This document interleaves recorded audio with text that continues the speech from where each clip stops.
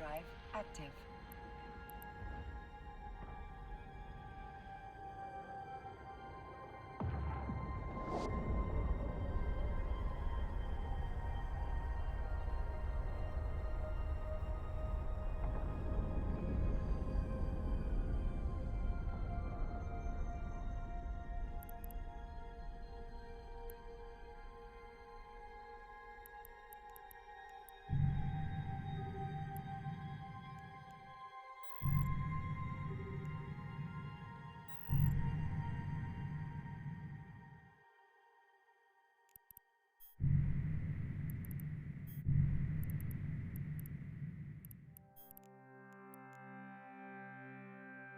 Warp drive active.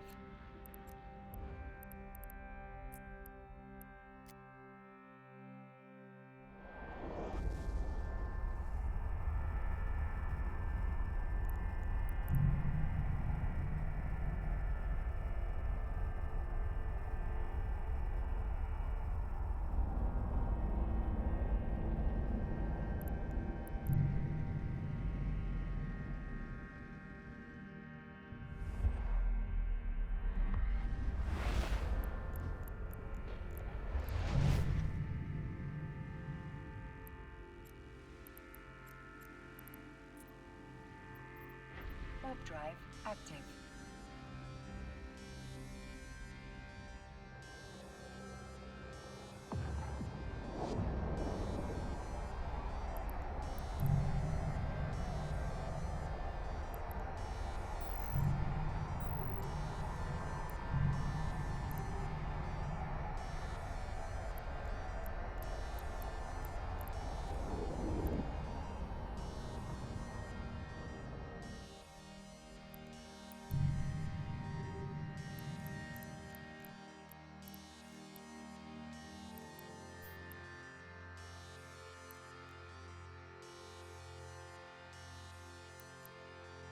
Warp drive active.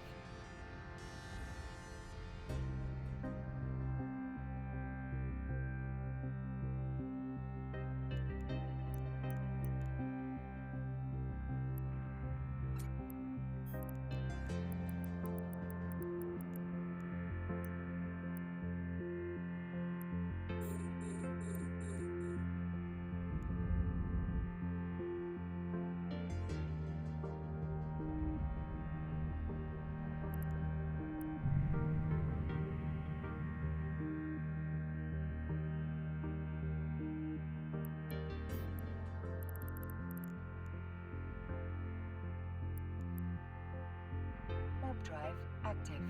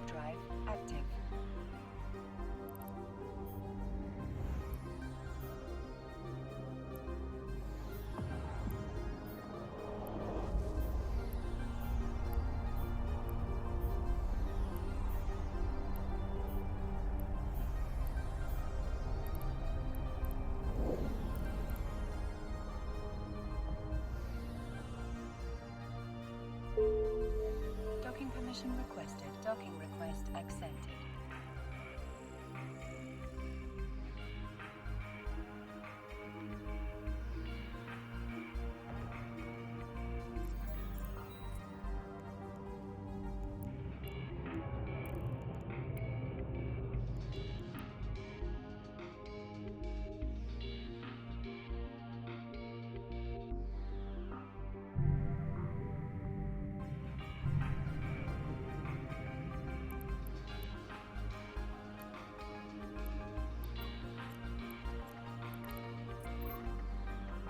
Warp drive active.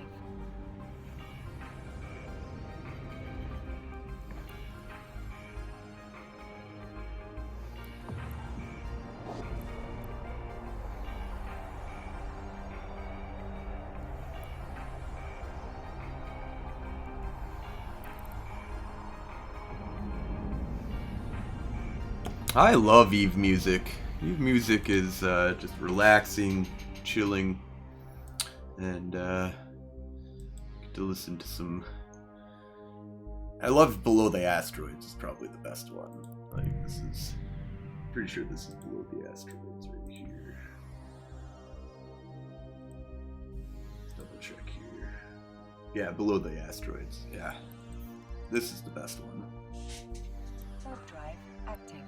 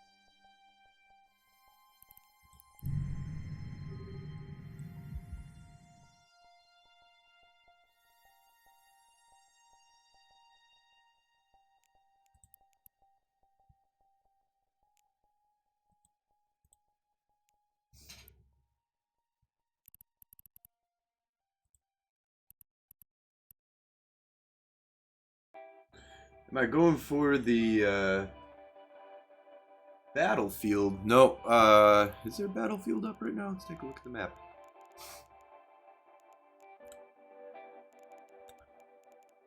Maybe I could. See where the battlefield is. Battlefield and a boon, huh? Nah, I'll let the Galente take that if they wish. I'll stay here in Siege.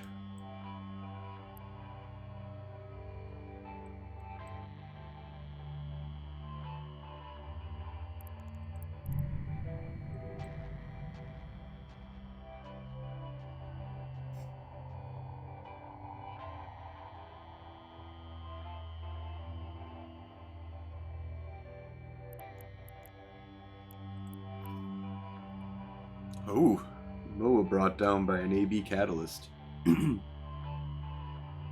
Yeah, no web. That'll do it.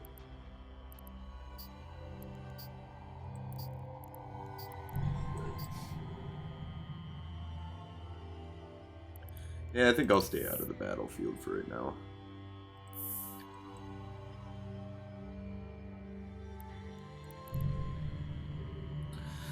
We've got the show in about 1 hour, so I'm gonna do the Federation Frontline report, talk about all the changes that have happened, all the different updates, what it feels like to be out in faction warfare nowadays, that changes have happened.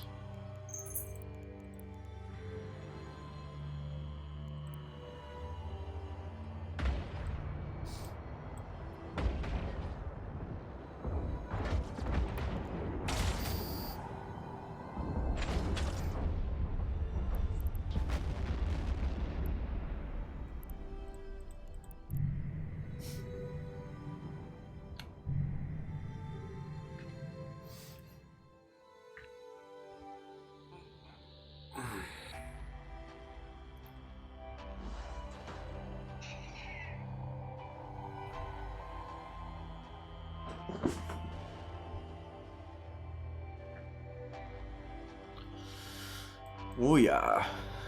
Kittens is very interested in what I'm doing.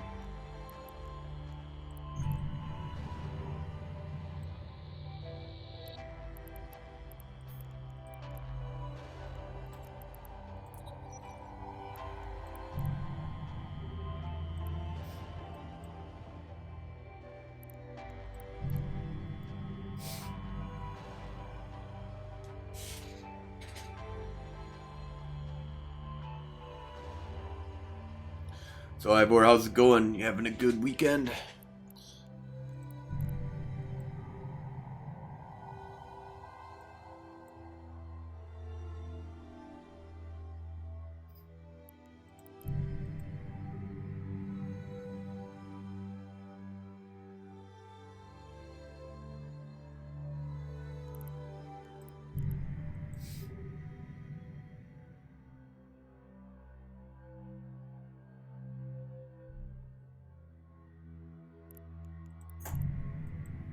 Hey.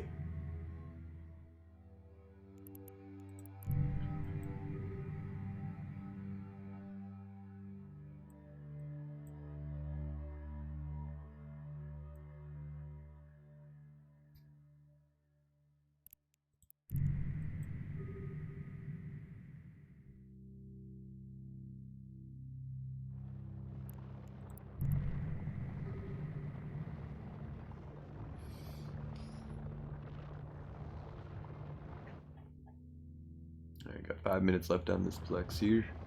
About an hour before we go live for the Federation Frontline Report podcast.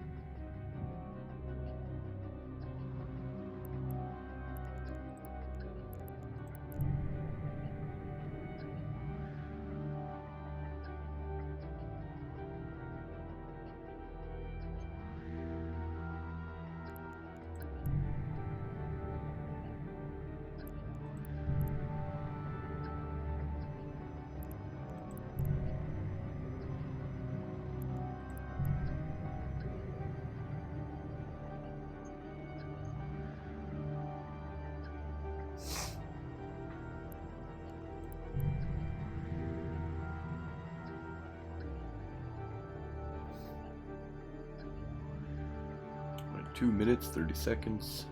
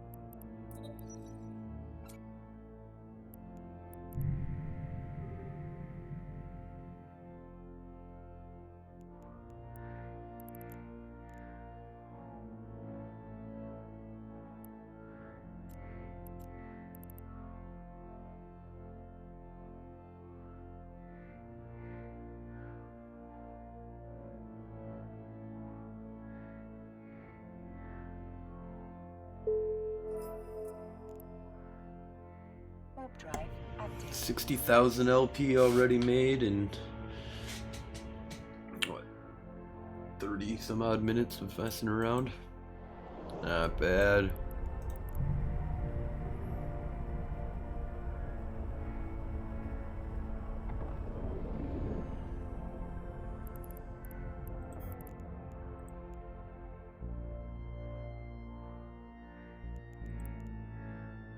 Warp drive active.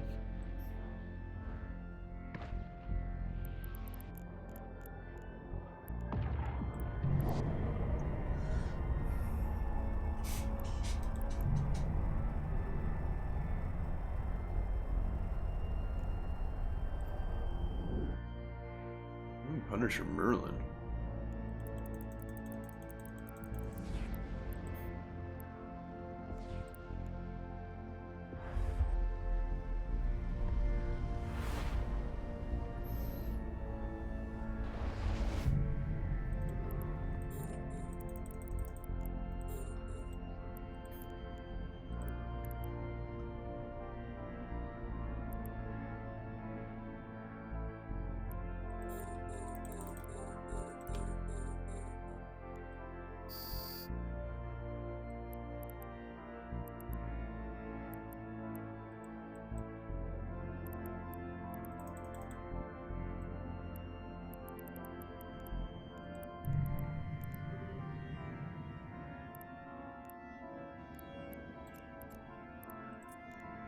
Warp drive active.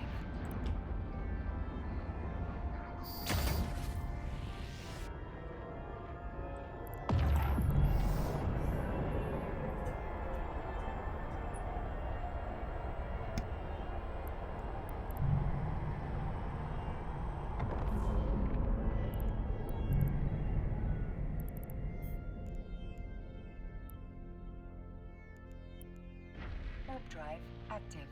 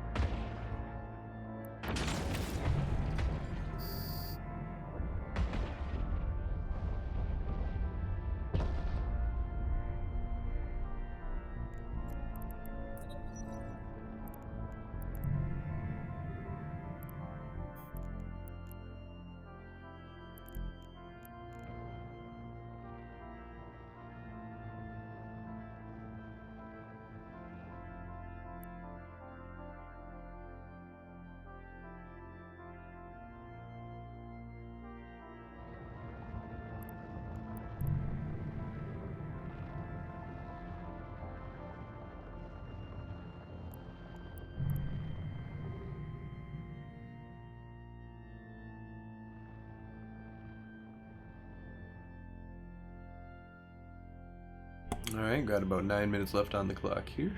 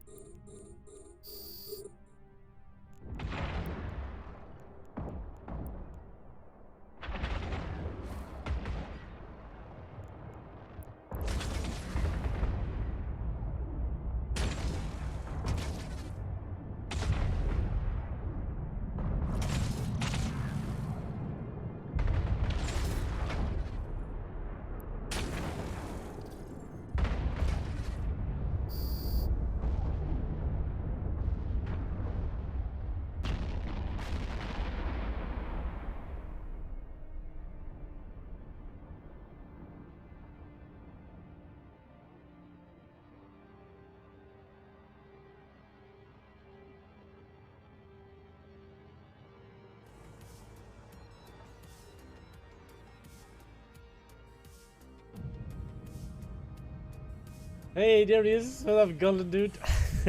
Get out of my fucking sight, dude!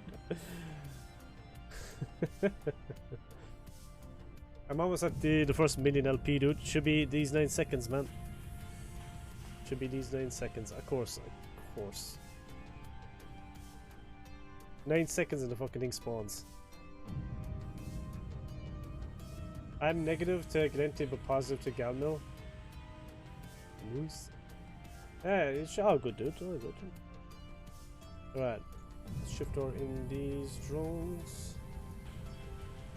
Alright, there she goes. I got it. Million LP. Alright. How are we doing on these tunes? That one's got 737, 750, 670, 460, 570, or 750, sorry. Nice. Alright. Let's go here. Going to give you a shout out on the podcast today. Oh, cool, dude. You got a podcast? Fucking awesome, man. Make sure, Goldie, Mr. Lucky's doing. Christmas ends tonight. Violent Night is an instant holiday classic. If you want war, my guys are the deadliest killers money can buy. They can't be that great. I mean, I already killed 2 of them. It's Die Hard meets Home Alone. I can't thank you enough, Mr. Claus, but please call me Santa. Violent Night, rated R. Only in theaters Friday. Really fucking cool, dude. If I orbit this at like 10k props on. 8 minutes on this one. Alright. So who's gonna be on that that podcast then, man?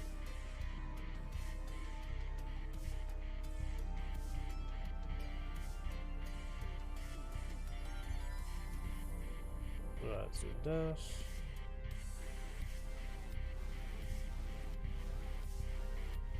Let's orb this like 10k. It's the Federation Fronta. Okay, let's have a look, dude. Ooh, you guys got a podcast show for this? This is kind of cool, man. Alright. That's kind of cool, dude. I didn't know about that one.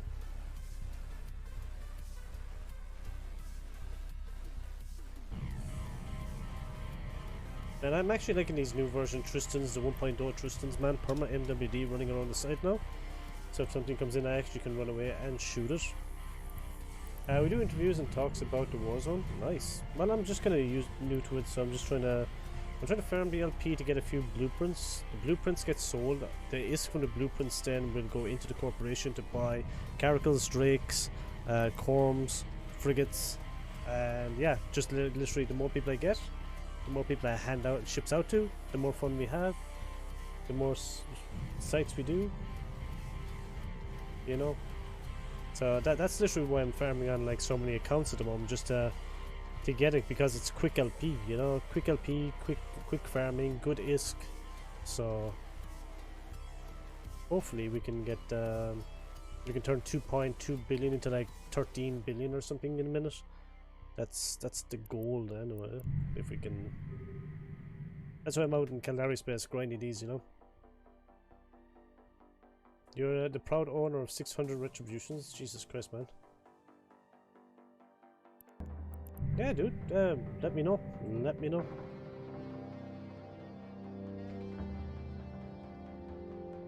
Skyner, thank you so much for the follow. Yeah, we do want Talking people with to Mr. welcome Unlucky people. right actually, now. Square, I actually emailed on Discord or message on Discord that lady that's doing our stuff. I didn't get a message back, so you able to follow up on that?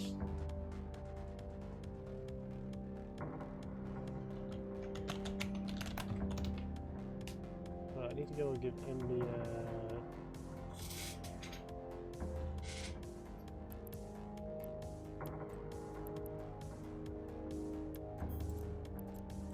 we have a girl that's in KFU, and she actually builds our stuff.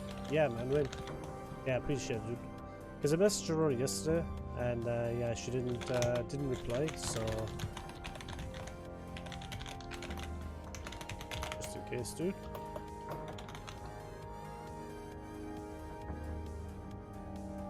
So literally all our ships get built by KFU Golden, and we buy them at like 9% G to sell order, and you know what I mean? Pop, pop, pop. Ah, no worries at all, dude. No worries at all. Sounds pretty cool, man. Sounds pretty cool. Yeah, let's do that set. I really want this Atron to come in, and I really want to be at a war target, dude, because I do want to just like destroy him with these drones. The brand new box of tea? Yo, Golden, dude, appreciate the fucking sub, man. Thank you so much, man. Guys, let's smash back and love and chat. And make sure you guys go over and give him a follow as well. Thank you. Jesus, you are pretty fast there, Square, dude. I was just about to type it, man. Thanks, Square. Appreciate it, nerd. It's gonna keep zooming around here until this goes down. Looks like we got a new member of the team. Jesus, dude, seriously? Gifting 5? Holy shit, dude. And doing it yourself? Man, you guys are fucking chat. Okay, people, wake up. 3C, Chuck, Admiral, Cash, and that dude Vince, dude. Looks Appreciate like it, we got man. a new member of the team. Appreciate getting dropping them subs, dude. Yeah, I should have done a shout out a while ago, but hey, all's good, man, huh?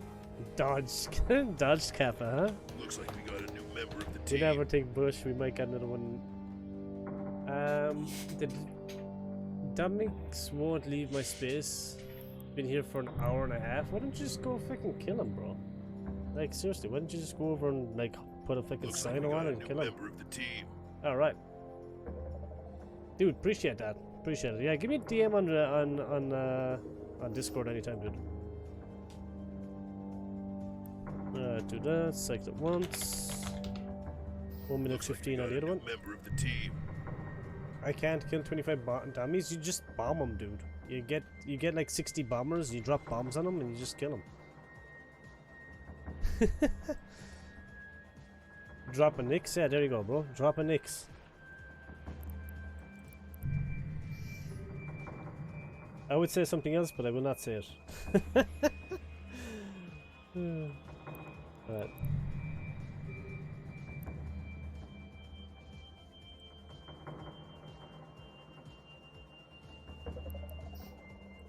Right, other side's almost done. Why do you have to do faction war or not? Because, well, it screws up your standings. So if you want to go around Empire, it screws up your standings. So if you're going through space, you know, you can do that. Yeah, you can do it on your main, but like you go negative with certain factions, so you just gotta watch out. You know what I mean? Oh, dude, the Katniss nearly came and left. Oh, why don't people want to come into the site, dude? Oh, that's it still left too. Yes. Let's go to the next site.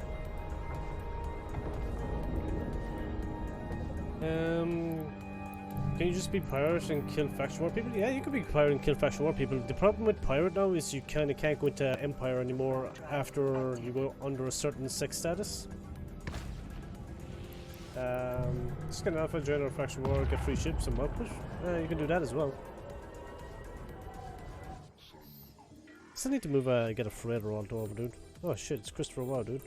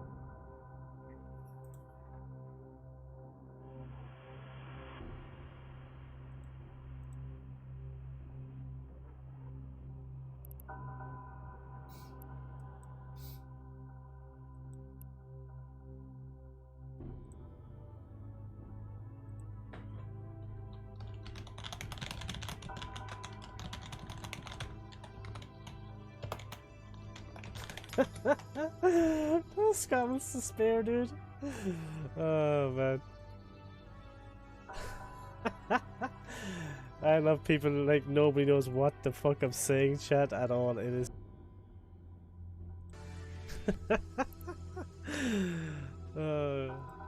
Need to get ready for the show. See you around. Cheers, Goldie. Appreciate the prime and the 5 gifted, man.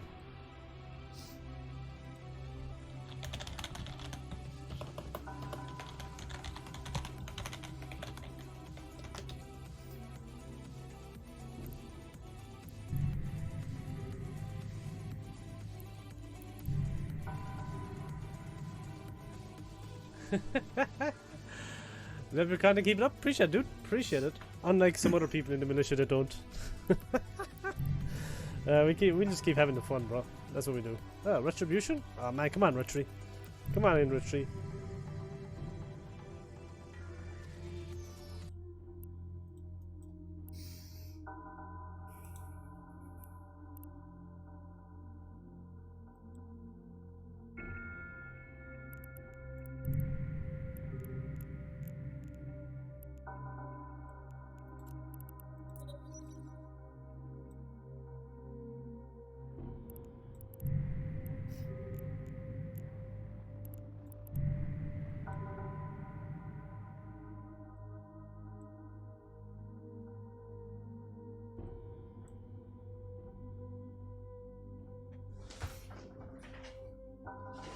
No, we can't get back there.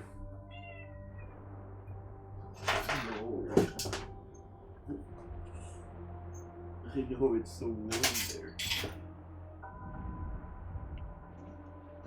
You love the warmth. My kitten's not happy about me moving her.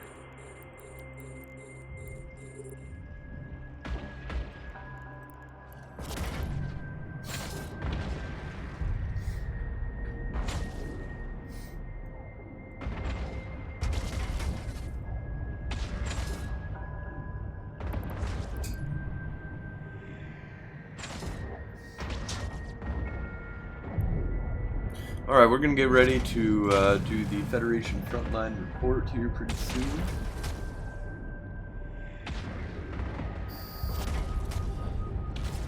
Finish up this plex, maybe run one more.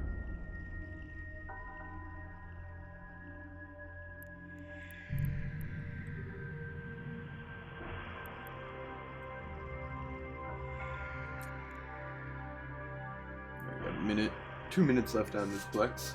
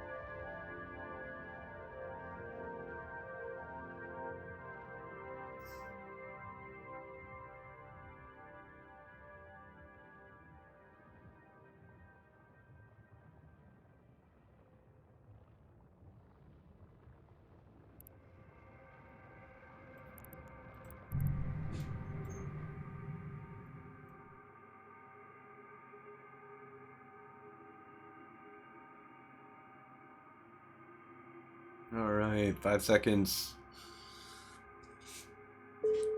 Can we get another one in? I think we can get another one. 22,000 LP. Alright.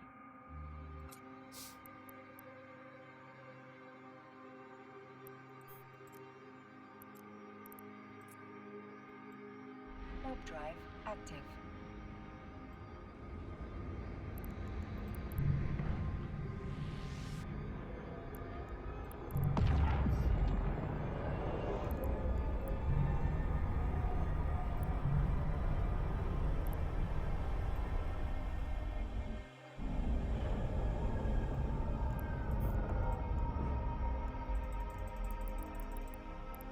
Warp drive active.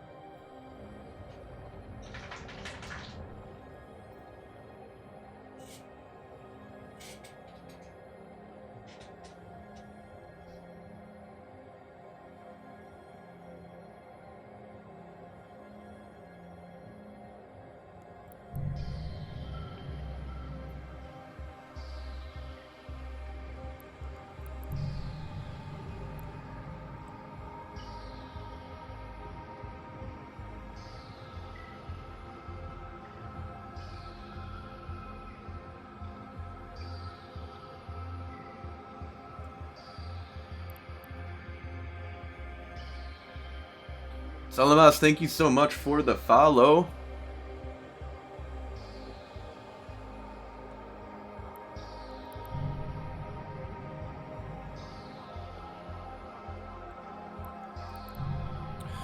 We're just getting ready for the Federation Frontline report here. Relaxing, building up some LP. We got into one fight right away, got a kill straight off the bat, which was kind of nice.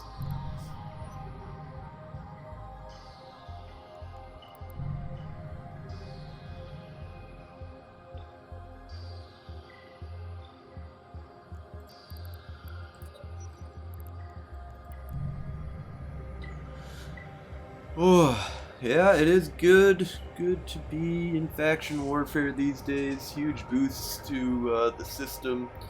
Really loving what they've done.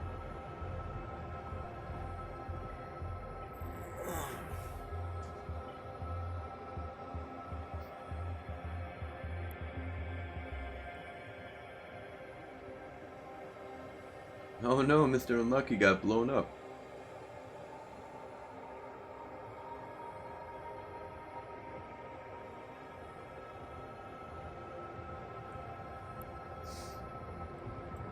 Wonder what happened to Mr. Unlucky. Don't see anybody in system anymore.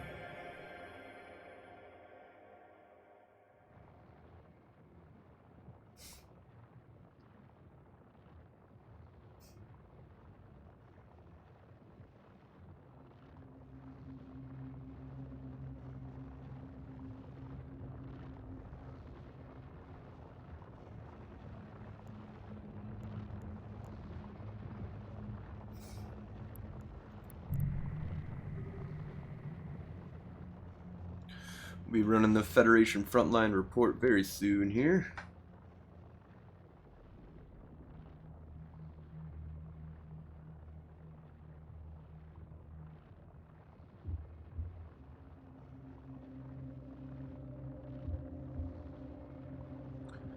I'll be at 2300 hours Eve time, which is 5 o'clock Central time.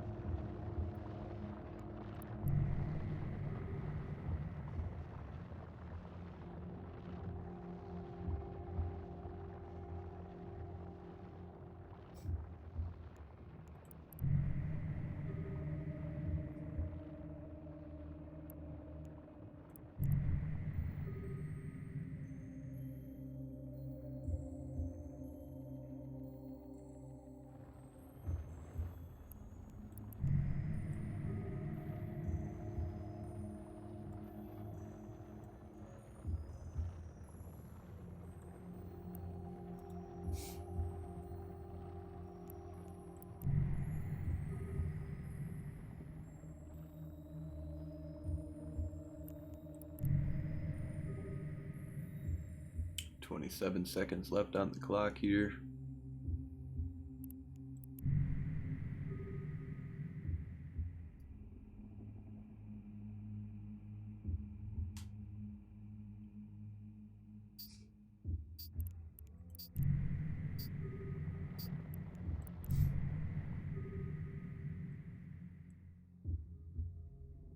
And site captured. 26,000 LP. Not bad.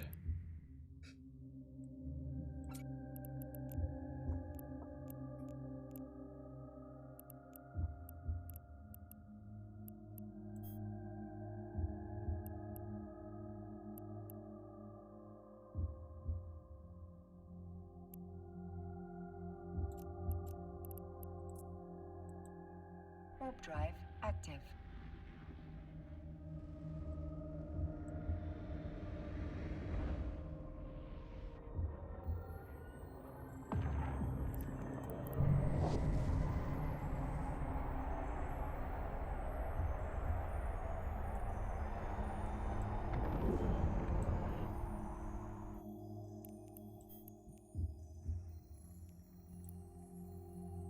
Warp drive active.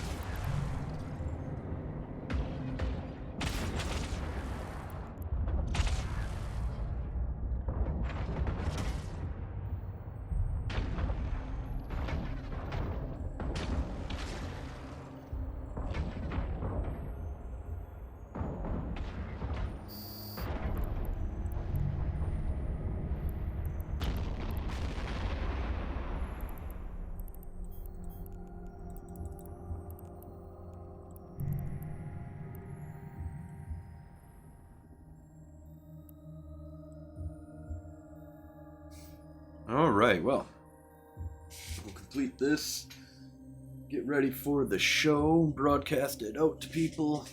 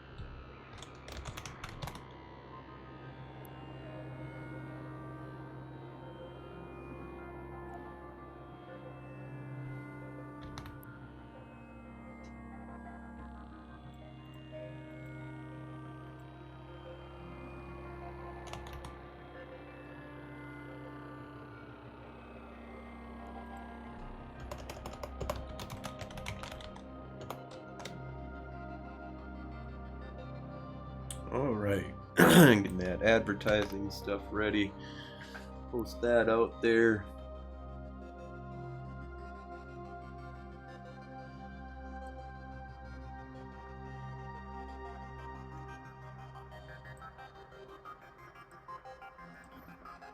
Hey, how's it going, Night Flyer?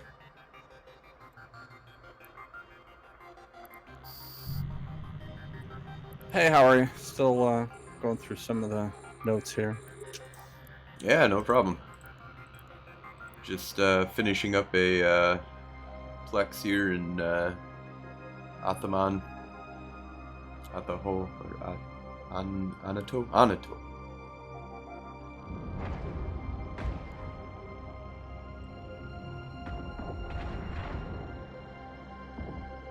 The battlefield is about to close out. Well, 30 minutes from now. Of course, pirates are camping the gate again.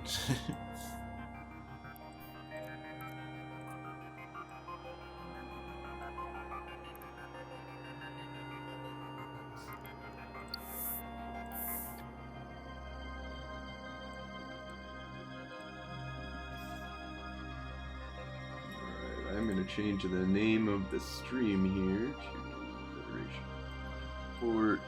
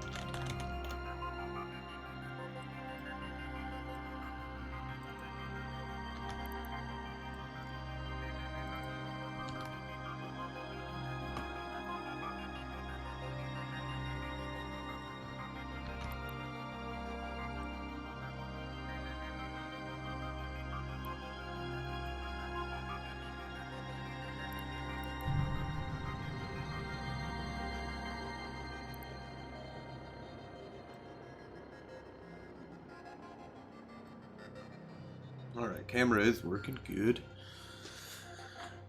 Good.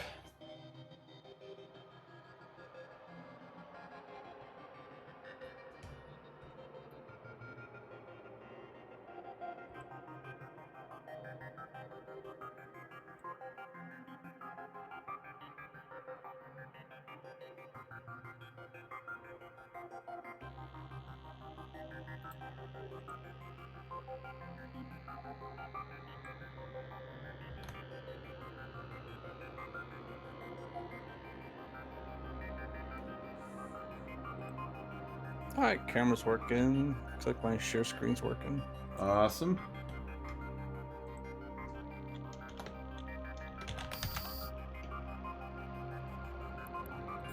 See, this is why I need to write stuff down. I'm reading through this article, and they're talking about the syndicate. And I remember this popping up months ago in a news story where they're talking about some reference to a Phoenix.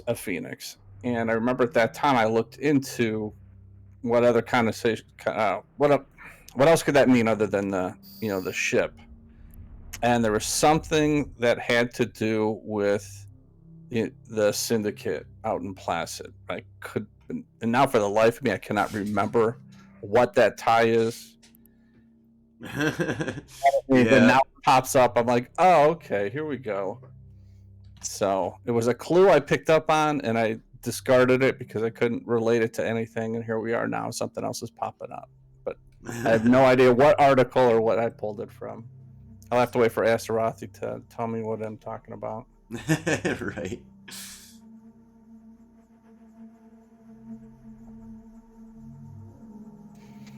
I'm in the bathroom real quick. I'll be right back. I'm gonna do the same as well.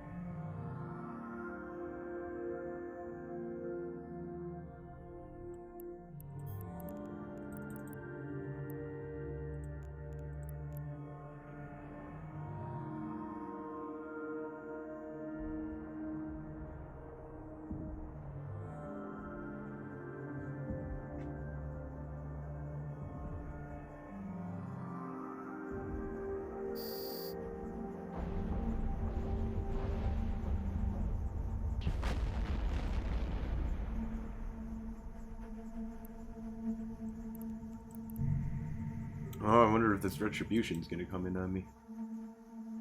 Got a minute 45 seconds left on this Plex.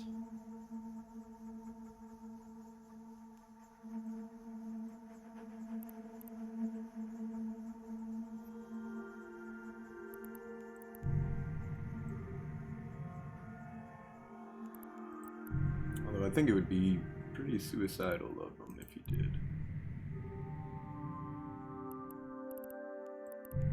He's thinking about it though.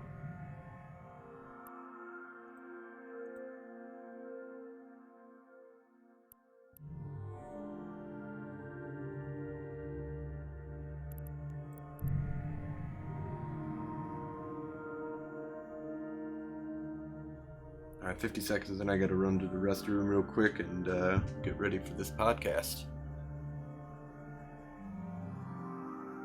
Mr. Unlucky caught somebody. Yep.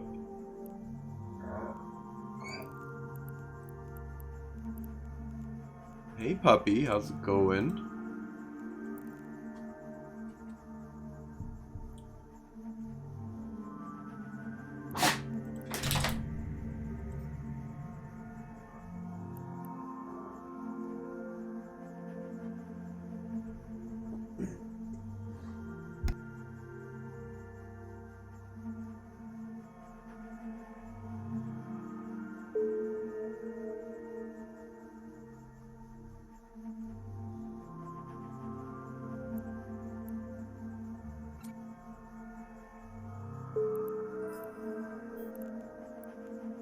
Warp drive active.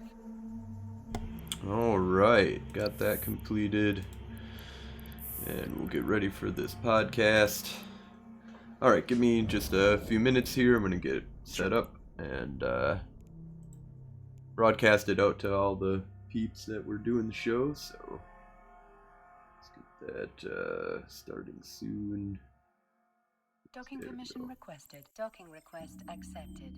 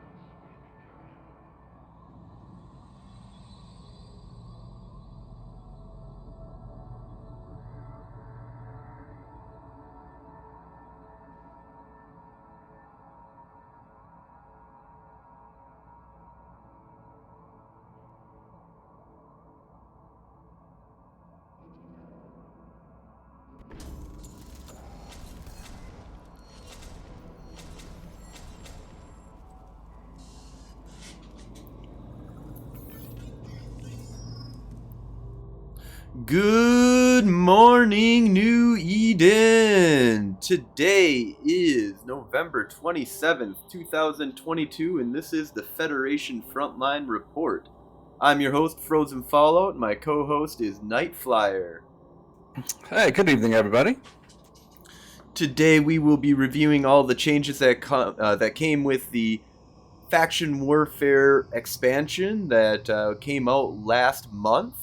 So let's kind of dive right into it. So the first thing that we're going to kind of look at here is the Faction Warfare map that we have up on the screen right now. This is a huge improvement to the old Faction Warfare map that they had, which was just a bunch of dots all over in a list of systems that kind of told you what was going on. So I really had to hunt and peck to try to find out what was happening with that map.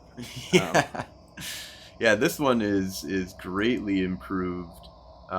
Definitely really like how it looks like we're playing Stellaris. Like it's you can kind of see all the different zones here. And let's kind of go over the frontline systems that we have here. You can see right now there is a battlefield, and we'll get a little bit more into what battlefields are a little bit deeper into the podcast here. But right now, a boon is controlled by the Galente and is being contested by the Keldari, and it is at 42% right now. So the Keldari have pushed it a little bit, almost halfway. It's a lot harder to take systems now, though.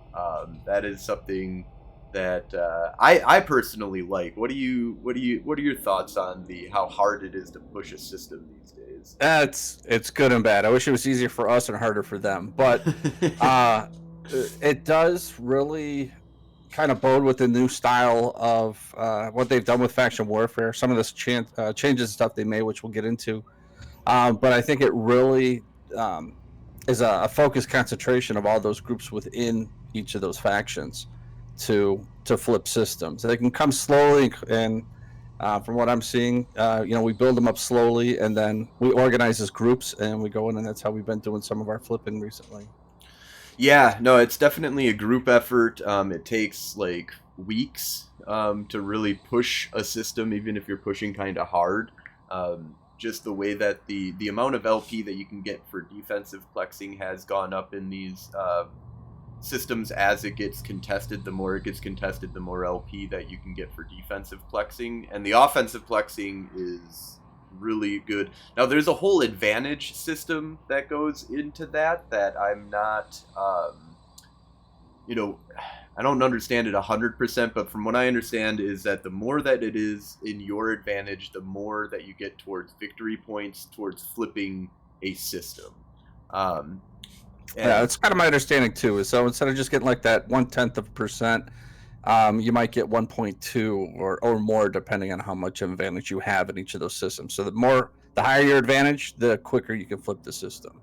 Yeah, and you can get those advantages by putting down the propaganda posts, and you'd like fight some rats or something like that. I haven't actually done anything with the propaganda stuff. And then there's like supply depots, but the supply depots are currently broken, and your allied rats are shooting your supply depot and will blow it up. You can't even rep your own supply depot, so you can't even prevent it from getting destroyed, basically. So it is one of those things that is really annoying right now. So hopefully they get that fixed. You can also put down a listening post to negate the amount. Yeah, I've been working on trying to do that. Apparently, you're supposed to be able to go out into the other systems, scan down like you would if you were looking for relic or data sites, and find these security, like Keldari security sites. And those are supposed to give you the items you need to try to build those things. I've got a few hours into scanning and running ships through looking for these, and the only one I've actually found is a Galente one, which I can't even access since I'm a Galente militia, so I have to find a Keldari one in Keldari space. Yeah, and from my to this date, I have not yet found one. So yeah, so it's like a hacking site that you do, right? Yes. Mm-hmm. And that's kind of cool. I like that. From my understanding is that those are going to be in the like command. So it wouldn't be on the front line. It's the system right behind the command system. So what are they called here? Let's see if I just hover over command operation systems. So if you go into the enemy command operation systems, I believe that's where you'll find the hacking site.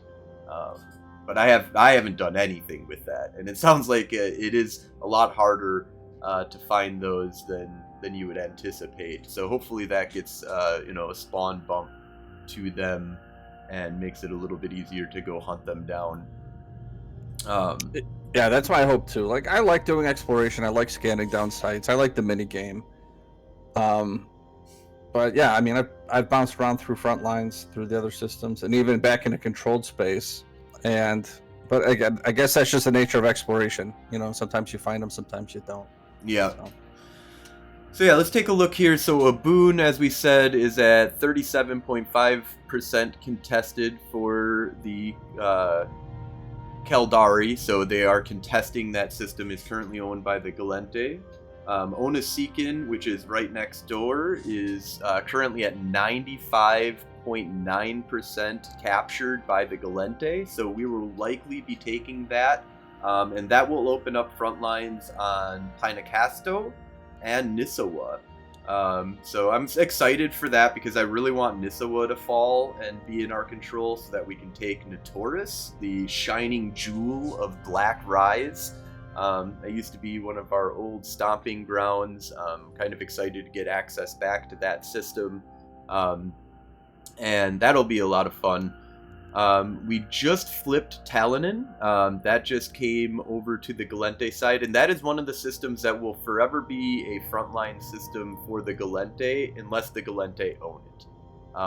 Because this system here that is high sec, Tirajiv, is going to contest that. So even if the Caldari own everything around here, they can't own that high sec system, so it will be always contesting Talanin.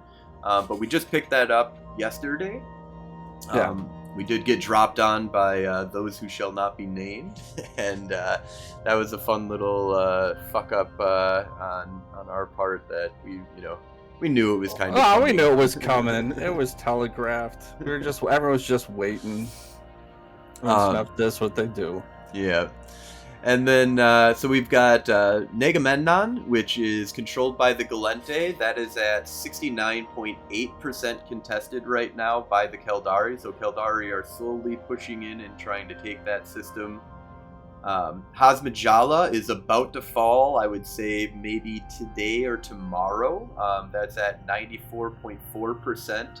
Galente have a 19% advantage, and there is a battleground currently in that system. And I really like that. Yeah, like you can see these battlegrounds. We're going to talk more about them, but just a thing that I just want to touch base on that is that it's really easy to know where these things are. For anybody that's in faction warfare or has access to the faction warfare maps, I think everybody has access to the faction warfare maps regardless of whether you're in faction warfare or not. So you can just pop this up and kind of see where this is. There is a lot of neutral activity. A lot of pirates like camping the outside of the gate. They get lots of easy kills by doing so. Yeah, they had that Kiki fleet outside the gate last night when we were trying to do the battle in, I think it was Nagamon, wasn't it? Yeah, I believe so. Yeah, they had the Kiki fleet out in front. So, luckily I was already inside. We did. That was before. Was that just before the Drake fleet came in, I think? Yeah, I think that was, and they were still out there, and then there was a Prophecy pirate fleet that came, and yeah, we'll definitely talk more about how I think that there's a lot of interesting stuff when it comes to how much play there is for small groups of like 15 people to come in and contest those systems. Oh, absolutely. Those battlegrounds, like they did with, we had like 30, 40 people or whatever. And they came in with a bunch of drakes, and that did them very well. They killed a whole shitload of us. We only killed a couple of them. Yeah. Yeah, it was overall. I got hot dropped right away. I don't know. They saw the stabber, and I got picked out of the crew right away. So Yeah. I did get on a Drake kill, so I swapped a Drake for my stabber. But yeah, that was my bad luck. And again, nothing I was gonna do. I couldn't outpilot him. I couldn't outrun him. So I just had to take it in the face. Yeah, that'll Which happen. was good. Fighting is always fun. Yeah. So Melchivis, first time chatter, thank you so much for tuning in to the podcast here. Says that hacking sites are only in rear guard systems. So you actually have to go to the back lines in order to actually get the hacking sites for that. For the Yes. So that's what I started, and again, I don't know if the mechanic was in full function at the time, because that was early on when all of this started, and I think that's where I kind of started off, and I couldn't find anything, and so I've been really concentrating on the frontline systems and the other command operations. So yeah, maybe that's what I'll do is focus on next weekend when I'm playing, and try to hit some of these systems. Yeah, some of these Up here, rear just guard. a little intel from Yep. people. Actually, I'm going to be way up here, so if you I want to hunt me down, I'm way up here. So, and then so we've got Hazmajala. We were just saying it's got a battlefield in it, so that's going to be a huge advantage for the Galente if they can take this battlefield here right now. That'll give them victory points. That'll give them advantage points. That'll give them like 25,000 LP or 225,000 LP for an offensive one if you've got 30 people or less, and then if you have 60 people it would be half that, so you're still making like 115,000 or whatever LP for 60 people running the site, which is still not bad at all, especially since it should be a lot easier for you to hold down those, but we'll talk more about that. Sujarento is another one on the front line right now. It's at only 35.5% taken or contested by the Galente right now.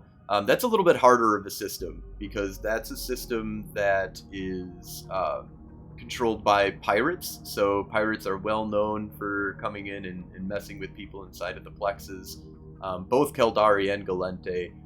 So it's a lot harder to defensive and offensive plex that. Anato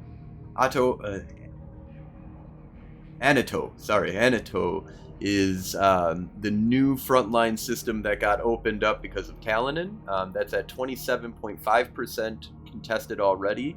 Advantages for the Galente at 11% right now. Nenemelia is currently at 1% contested. Nenemelia is a home of Keldari. If you go into that system, you will see that it is strongly controlled by the Keldari. They have a 44% advantage right now on holding that system. Aldernete is a Galente system that is contested right now by the Keldari. That is at 74.9% contested right now, with 13% advantage going to the Keldari. That will probably fall within the coming week or so.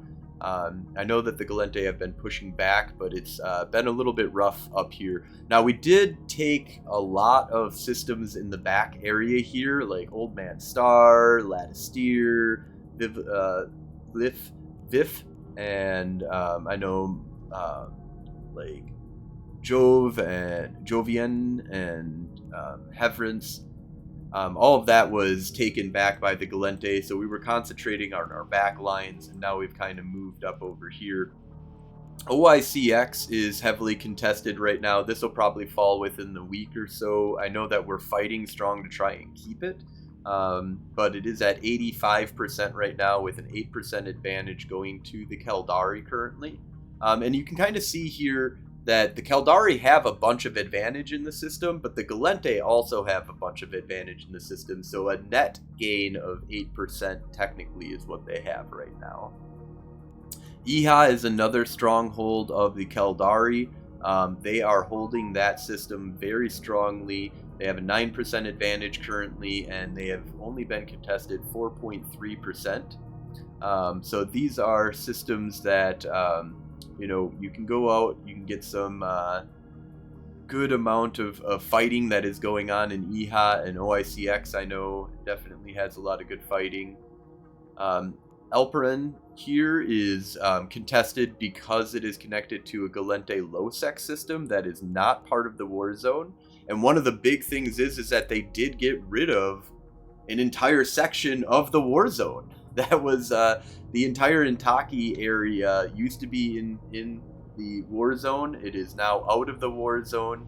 The Galente have come in and like dominated the area or something. I haven't dug too deep into that, but it looks like Intaki is no longer going to be part of faction warfare. They brought down the amount of systems that the Galente have by a good little chunk there. We used to have over 100 systems, and now we're well under 100. So it's 62 that are owned by the Keldari, 28 that are owned by the Galente. So there's only 90 systems in the war zone instead of like 101 or 110 or something like that. Evelon is another system that is on the wars or on the front lines, and that's at 65.2%. Likely not going to be taken before Aldernete will be taken, but we'll see. You know, it's not as what it used to be, where if you had it at like 60, 70, 80%, it's like, oh, that's gonna fall today. Like that's what everybody's gonna rush in and try and, you know, hit as many plexes, because you only get like 0.1% contested per plex now. A little bit more for the bigger plexes, a little bit less for the smaller plexes. But yeah, so that's a good little breakdown there of the war zone. So those are the different frontline systems that we have now. Those are the only, so frontline systems are the only systems that are really going to be flipped. Systems that are in the back line have possibilities of being flipped, as well as the command.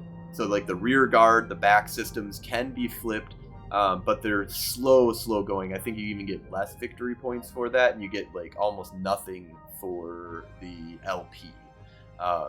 The command operation systems, you get a little bit more LP out of that, but I think it's like a baseline of like what it used to be if you had tier 2, and then you get a nice like 50, 60, 75% bonus or something like that for doing them in front lines tier LP. And I believe that also corresponds over to how much like victory points you get for flipping the system, basically. I think this has been a great change with faction warfare. I think you've kind of got these different levels too. If you are a new player, new to EVE, new to PvP, new to faction warfare, you can come into these backline systems. You can go into the smaller plexes, and you're not going to get outgunned necessarily. I mean, piloting is going to be a thing. So, again, I just think there's kind of a great opportunity for those people who haven't been into faction warfare to get involved and not just get outgunned right off the bat, like many of us had to go through. Yeah, there is a big balance, and we'll talk about that a little bit with the Plex changes that have come, and that'll be a little bit later here. Let's talk real quick about battlefields, since we do have 2 battlefields that are currently up and running. Actually, did one of them? No, yeah, so we've got one in a boon. So there's always they're not always, but every 2 hours, the battlefield will respawn. So once it's been completed, 2 hours after it's been completed, it will come back, and there's always an offensive and a defensive plex. So Aboon is our current defensive plex. Hazmajala is our current offensive plex. And one of the big things with this is that it's a group activity. You need 30, well, you don't need 30 people. You need at least like 5 to 10 people. Really makes, maybe you could maybe pull it off with 3 people. But the LP payout doesn't change until you get above 30 people. There's 3 points that you need to hold down. So you come in, there's different rally points, as they call them, inside of the plex. So you've got one acceleration gate that you go into. You can go into that acceleration gate at 100. I always recommend, if you're going to warp to a battlefield, warp at 100 from some kind of, celestial object that's not obvious. Like the in-gate is probably not the best place to warp at 100 from, but hit up the sun or something else and kind of come in at 100, and you can still activate that acceleration gate, because there is a lot of pirates that are going to be camping that gate more than likely. That's almost consistently, as soon as the battlefield goes up, there is a pirate that comes in and is camping that gate, whether it's just a few people or a huge gang of prophecies like we've seen in the past.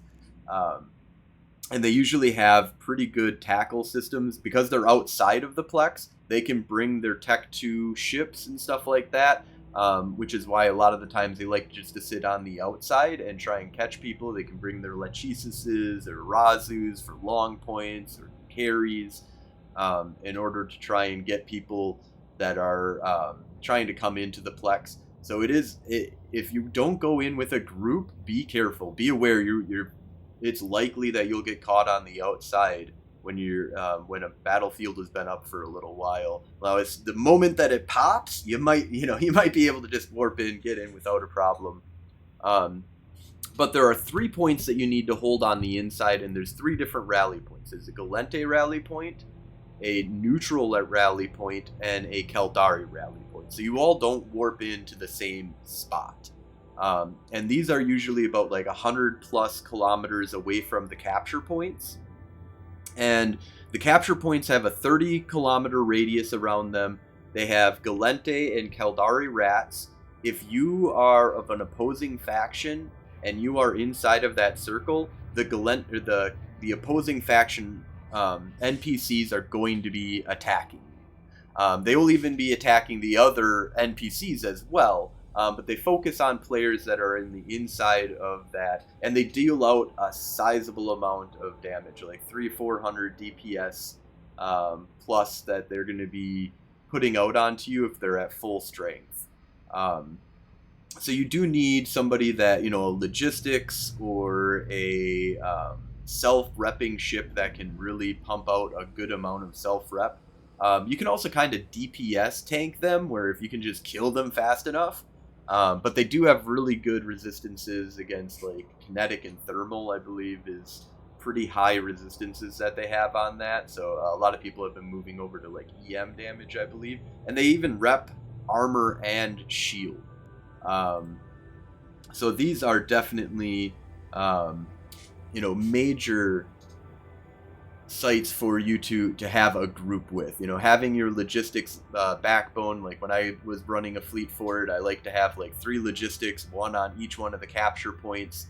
And as you hold down the capture point when there's no NPCs, there's a little like timer that ticks that basically is like once every 30 seconds or something like that. It will tick over and give you some control of that battleground. It starts 50-50, 50 for the Caldari, 50 for the Galente, or 50 for the Amar, 50 for the Mimitar. And that is, I've been loving these battlegrounds. They're fun, they're interesting, they're dangerous as fuck. How have you been, have you been able to get into a lot of battlefields, or how are you feeling about the battlefields these days? I think it's just again one of those great changes they've made with faction warfare. I've been to about 5 battlefields, always with large groups. We didn't get contested, so it's just a matter of sorting out the rats, making sure we got reps on people, because the rats do damage. But yeah, we have had the pirates come in on one. We had I don't know who came in on us last night with the drakes. That was Caldari. That was Caldari. Okay. Yep. Yeah, I know. And then I saw a ping like a few hours, not even a few hours later, like 20 minutes later from the Noir Alec put out. And before I get even back on, he's like, "Oh, we already took it." I'm like, oh, "Okay." So I had to do family stuff, we were decorating Christmas trees and what have you. So yep. But I think it's a great mechanic. I'm having a lot of fun with it. I think it was made for that small to mid-level gang that I think most of us are really enjoying, or have enjoyed with Eve in general. Yeah, I really like the Eat at Joe's sign that basically goes up for it, and that, you know, there's a lot of play to be had. I've seen pirates go in with kitey fast ships, and what they'll do is, you know, just kind of try and pick people off that'll try out and try and get them. They'll see that there's like only a couple people that is over at one of the capture points, so they'll fly over there, kill the guy really quick, get the fuck out.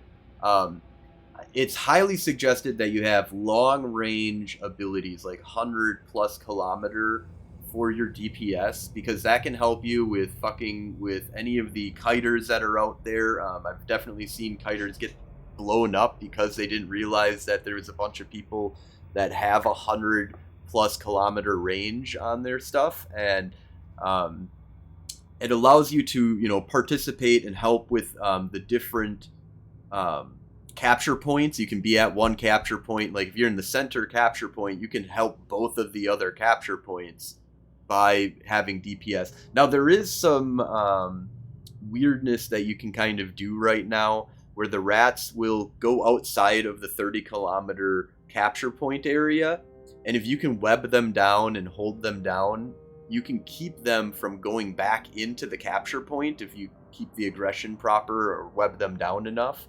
And then you can just keep one of their battleships or battle cruisers alive and let them stay outside while you're holding, and then you're constantly ticking. But if you kill the rats, they come back after like a minute. Like it is very quick that they come back in and try and recontest that zone. So there is some play to be had. There is concepts and you know, being smart about it can capture a point a lot faster if you're holding those rats out of the capture point. I think they're still working on some of the meta here too, because you are going to get those battle cruisers that from the rat side. So you got to have DPS to take those down, but you also are going to take damage. So if you don't have local reps, you're going to have to bring in something to help keep your guys on the battlefield. So it's trying to find that balance. I've seen we're still kind of working on with some of the groups. I know even with Noir, we're still trying to, what's the best meta? What's the best way to kind of do this? And again, now you just brought up before the long range too. So you kind of have this whole mix of different stuff that you have to coordinate with these sites. So it's not just, you know, I can go with one kind of ship and just dominate. You may be able to, but yeah, I think it's going to be that variety that you need to kind of put together to cover different aspects. And then, of course, you've always got the fear of getting dropped on by, you know, the bad guys. So, and again, I've enjoyed the gameplay a lot. I've tried to take part of it the best I could. Real life over the last week, you know, it's been kind of hectic here in the United States with our Turkey Day and all that. Yeah, luckily I was able to get away from doing any family activities this Thanksgiving, so I was able to dedicate a bunch of time to leading some fleets for the Galente and going out having fun, doing some streaming here. I had 3 Turkey Days, so at my wife's side, my side, which was nice. I was joined by a new friend of mine, so I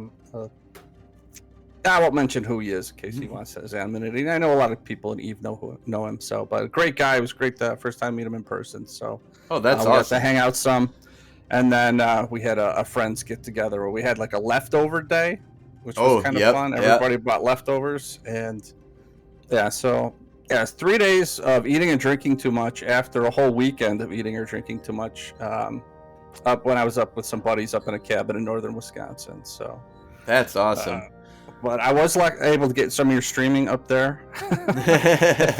I was out in the woods. If the wind was blowing right, I could get 2 bars on my phone and I could watch some of the stream. So nice. That was pretty cool. So also change up there. Malovich says frontline systems are 150% LP reward given to you. Command operations give you a 100% LP. Rearguard systems give nearly nothing, so no incentive to really flex, you know, defense or offensively. The back guard system, the rear guard systems.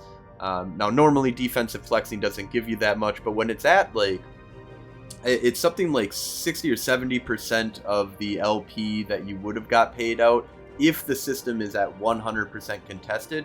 If it's at 50% contested, then it's 50% of that like 70% LP payout that you would get. But you don't really need to defensive flex the back lines now, and there's really no incentive to offensively flex because there's no incentive to really offensively flex them. You do see some minor, contestedness. Like every system nearly has like some amount of contested. Like 2.8% in Rakapass. Like I don't know why Rakapass has 2.8%, 1.4% contested in Hiri, stuff like that. There is some minor ones. Also, the battlegrounds or battlefields will only ever spawn in frontline systems. So that's, those are the systems that get pushed. It's really nice to see. Wow, like Sota is at 34.9% contested. Like, what the hell is going on? Why are people offensively flexing? Oh, hey, we found a stable system. But yeah. I think Tama is 0. I don't think anybody's... Let's see. Tama is stable. Yep. Yeah, Tama's a dangerous ass system. That is a command operation system though right now, so you do get 100% payout for flexing there. Another big change, just that something that I thought about, is that the frontline systems, you can, whether it's offense or defense, whether it's owned by the Kaldari or owned by the Galente or Mar or Mimitar, you can dock in all of those systems. Now, they haven't fixed the notification that you get in those systems. So if I go to Sujirento and I dock and I undock, it'll give me this little notification that'll pop up and be like, hey, just let you know you'll never be able to dock in this system, until it's been flipped to your side. And it's like, nope, that's not true. So if you do get that notification, don't worry, you will be able to dock back up. The frontline systems, now you get tether if you have a player-owned structure that's there, an upwell structure. But the command operations and the rear guard of the enemy will not allow you to dock in player-owned stations. If you have a ship, you can dock with a pod. You can't dock with a ship, even if it's player-owned, even if it's an upwell structure or the NPC stations. So right now, Tama, we can't dock in any of the system or any of the stations, regardless of whether it's owned by the NPCs or whether it's a player-owned station. So if Sujirento ever does fall, though, or if Kadama ever falls and Tama becomes a frontline system, even if it's owned by the Kaldari, we'll be able to dock there. I think that's another really good change that they did. Making it so that frontline systems of the enemy is able to be docked in is really good. Making it so that you can't dock in player-owned stations that are in the rear guard or command operation systems, I think is a good change. It's all about congregating us together and also having a reason to want to own a system. Or at least make it a frontline system. These are incentives for us. So like when Notorious becomes a frontline system, I'm going to be super excited because I haven't been able to dock there, and I've got tons and tons of stuff that's inside of Notorious. So I'm going to be fighting like hell to try and get that to flip, or at least stay a frontline system and keep Nissawa under our control as soon as we have Nissawa becoming a frontline or controlled by the Galente. Yeah, I think my alt has one ship in Notoras, so just like a burst, but it's been there for months now, so it just bugs me. And another thing about battlefields is that so far I've only seen Navy battlefields, and we'll talk about this, and this kind of leads into some of the changes that have come to plexes, and there's Navy and there are advanced sites out there. battlefields are only ever Navy sites from what I've been seeing. I'm wondering if they'll ever come out with an advanced battlefield. But the Navy means that even if you, so for the plexes, even if it's a large Navy complex, you can't go into it with an interceptor. So you can't go into it with a worm, even though it's a large. You would think that, oh, it's a large, it allows anything in that's, but it won't allow Tech 2 battleships or whatever into it. But it does allow but a large will allow for a battleship, a battle cruiser, cruisers, destroyers, and frigates. But if it's a Navy one, you can't use the Tech 2 ships in it, or pirate faction ships. So this makes the battlefields a little bit more on you can use T1 Logi, and Navy ships, but it's all about the Navy ships now. So that does keep a lot of the pirates from wanting to come in and dealing with the inside, which is why they sit on the outside quite a bit. They will come in the inside with their kiting ships and stuff like that, but I haven't seen a strong force, because there's no reason for them to stay inside. If they're inside, then people don't want to go inside of it. So they'll stay on the outside. But it does kind of make it a little bit more difficult to have that Tech 2, Guardian fleet setup that allows you to just kind of dominate the inside when you're already in. And I think that this will, this is going to make things like the Drake fleet that came into us last night was a solid fleet. Get some logistics, T1 logistics, a bunch of Drakes and Navy Drakes. And you've got tons of EHP. You can put some E-War on there. And, you can come in as a big ball and be able to hit anything within 100 fucking kilometers. And you're going to have a hard time, unless you're organized, really beating back even 15 of those ships. If you've got 4 or 5 logistics and 5 Drakes, it's going to be hard to break them. And it's going to be something that if you're organized and you come in on 30 disorganized people, you're just going to watch the disorganized fleet just fall the fuck apart. And a lot of the times it's almost, if you're controlling and trying to hold down a battlefield, it's almost guaranteed you're going to be disorganized. First of all, you're going to have people that are not in your fleet that are going to be there.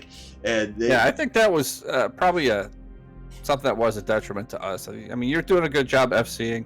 I didn't even see their Logi, so the fact when it was over, you're like, yeah, we should have gone after them first. I'm like, I didn't even see them, but I was dead pretty quick. Yeah. But Astarothi and his crew, again, I don't know where what they were doing during the battle, but it felt like we kind of had our own thing and they were doing their own thing. There wasn't any coordination there, so yeah, that did not help us. They were well organized. The Drake fleet was well organized, and we were not. We were several small fleets doing our own thing.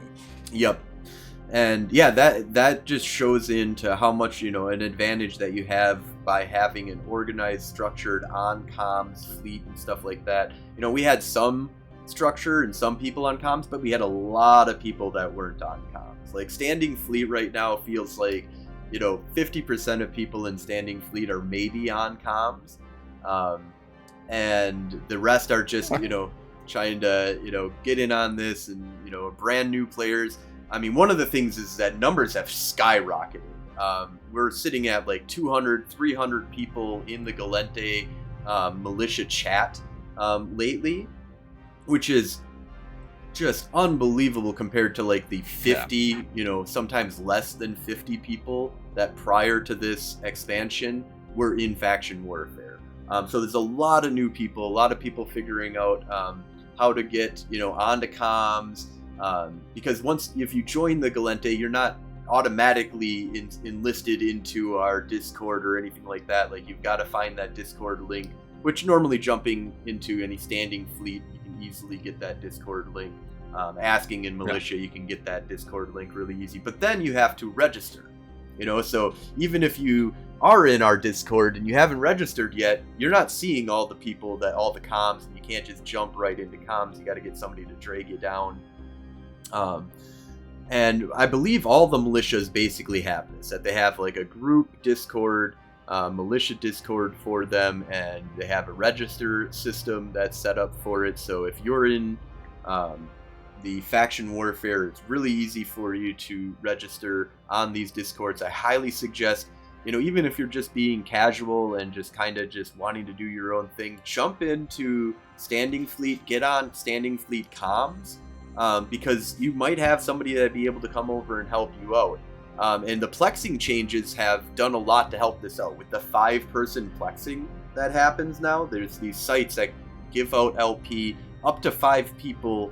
It's the same amount of LP. If you had 1 person, or if you have 5 people, you'll get the same amount of LP in that system, or in that plex, which is really helping with kind of just random team ups. Like just today, I right as soon as I started streaming, I went over to Sujirento. I started plexing in Sujirento, went into a 5-man plex. There was another Federation Navy Comet, and normally if it's just a 1-man, you know, 1-person plex, I'm not gonna stick around. I don't want to steal their LP, and when somebody comes in on me, I kind of want them to leave because I don't want them taking my LP.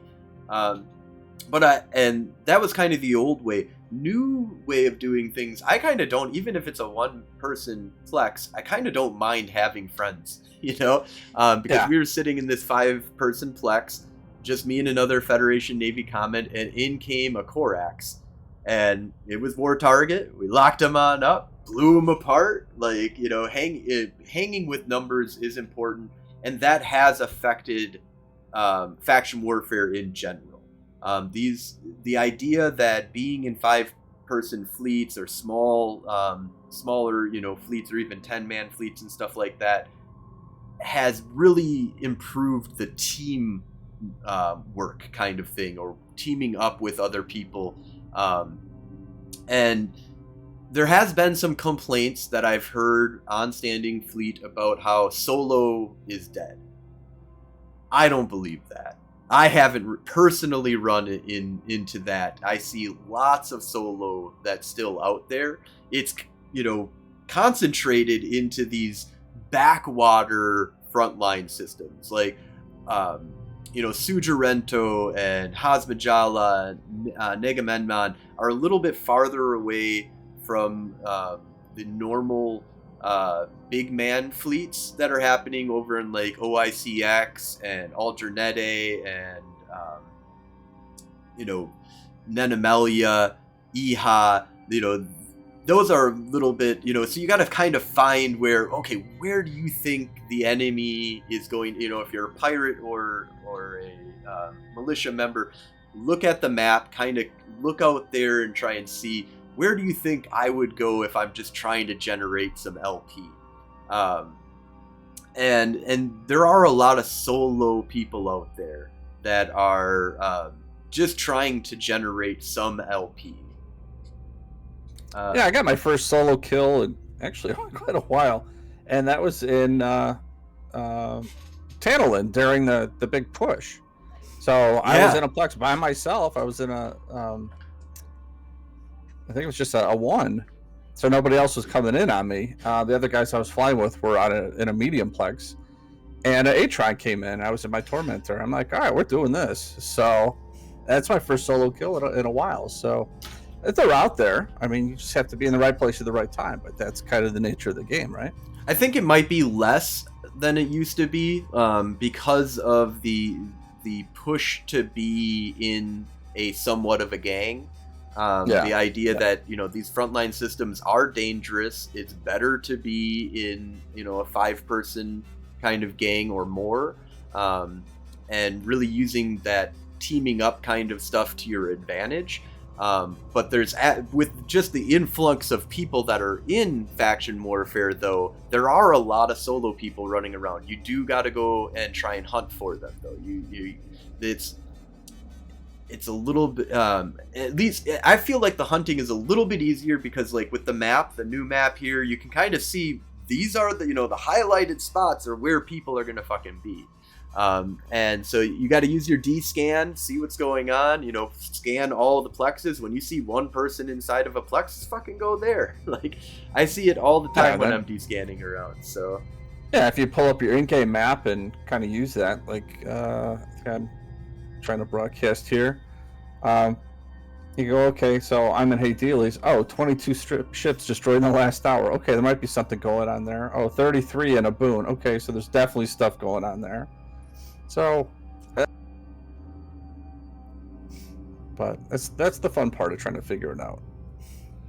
Yeah, no, and that's and then Caviar Liberetta says frigate swarm versus destroyer, also encouraging team play as intended. Yeah, absolutely. It's intended for us to be in a team, working together, trying to. It's a very faction warfare is a very easy to get into social circle that you don't have to go through a review of application to the 0.0, have, CTAs that you're required to go on. Anybody can easily get into it, even if you're low Caldari standings and you want to go join the Galente. A lot of player corporations like our corporation and our alliance are fairly open. I don't care. Come on in. You the spy? I don't care. Come join us. Come out and, if you're out there doing stuff, joining up with fleets and stuff, I really don't care.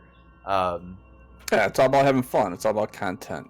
Yeah, we don't have like this weird, interview process. Some corporations do in faction warfare, but you can always join the NPC if you've got the standings for it.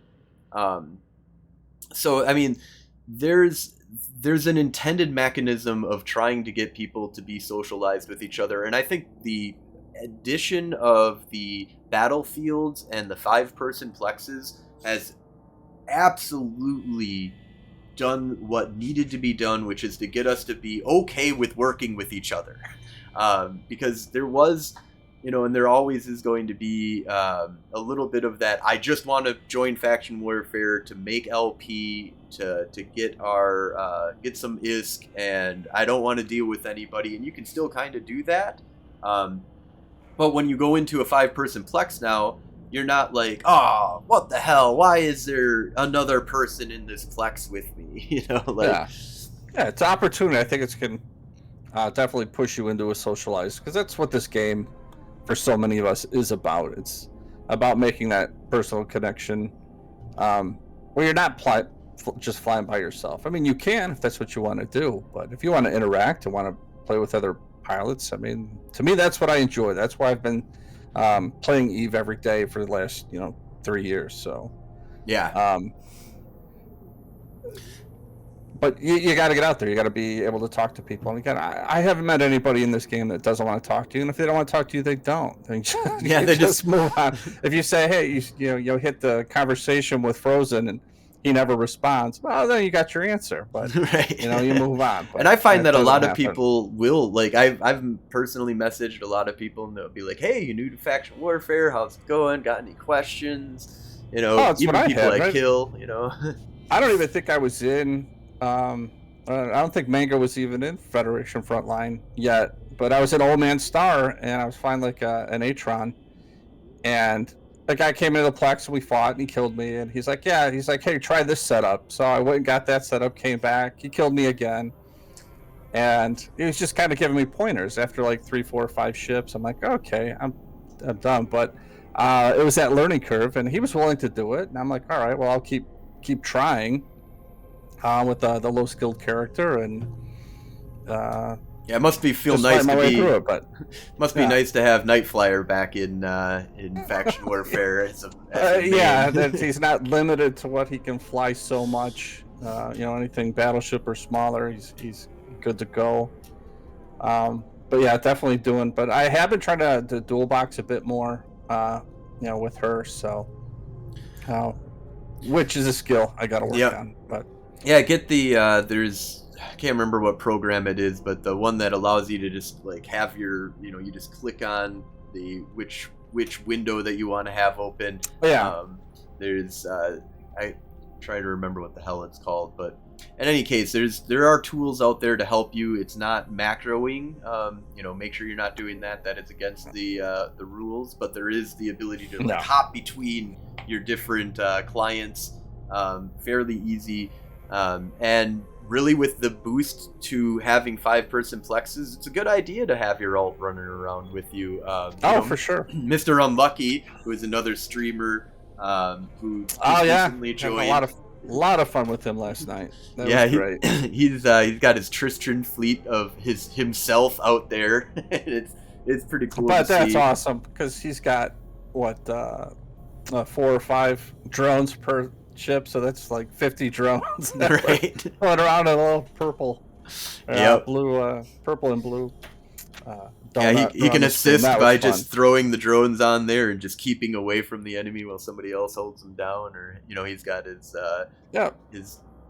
Punisher to hold people down. And also talking about socializing and stuff, FanFest has been announced already, and it is going to be a big change up. Go ahead and pull up the FanFest page here. So this is going to be let's see here. Yeah, September 21st to the 23rd. You might have to change. You might have it just on the Eve client window for your stream here. But yeah, so it's FanFest 2023, celebrating 20 years of EVE Online, Reykjavik. At September 21st to the 23rd, you can get your tickets now. If you do get tickets right now, it is like $159 compared to the $295 that they eventually will be. So we're 297 days, 10 hours, 7 minutes, and 53 seconds away from the go live of this FanFest. And you heard it here first. Frozen Fallout, Gwenevik Canyon, we are going to be, and Jan Nunn are going to be at FanFest this year. This is my first FanFest that I've ever been on. I am super, super excited to celebrate 20 years of EVE Online. And there is a bunch of different events that are going to be taking place. And so if you're in Faction Warfare, or if you listen to this podcast and you're going to FanFest, I'll be there. You can hang out with me in real life. It's going to be a lot of fun. I really look forward to it. Are you going to be able to make it at All Night Flyer? It is my plan to go. My wife has already given me the blessing, so it'll be me and Ghoster probably. We were talking about it in Vegas. So he's probably my traveling buddy here, Ghoster from INN. Big shout out to him. So as long as he's on board, otherwise, I don't know, I might have to tag along with you and Gwen. Yeah, no, you're definitely couch. We're looking into maybe getting an Airbnb or have I would be down to share a hotel room with people because the Airbnb might be the better option. We're kind of looking at our options. I've already got the tickets for FanFest. We've got the tickets for the air flight. The air flight did cost it because it's me and my wife are both going to be going. It is going to cost. It cost us like $1,200 to get the airfare there and back again. So wow, it was. Yeah, let's hopefully that changes a little bit because wow, I mean last year it was what $680 or something when I was looking. So. Yeah, well, that was us two together. So yeah, per person, it's about that makes sense. It's about $600 for getting there and back again. Depending, there's different discounts that you can kind of get. We wanted to get the standard economic flight so that we could bring carry-ons, but there was you get like $50 off if you don't bring any luggage. You just have your carry-on. You don't have anything else that you're bringing.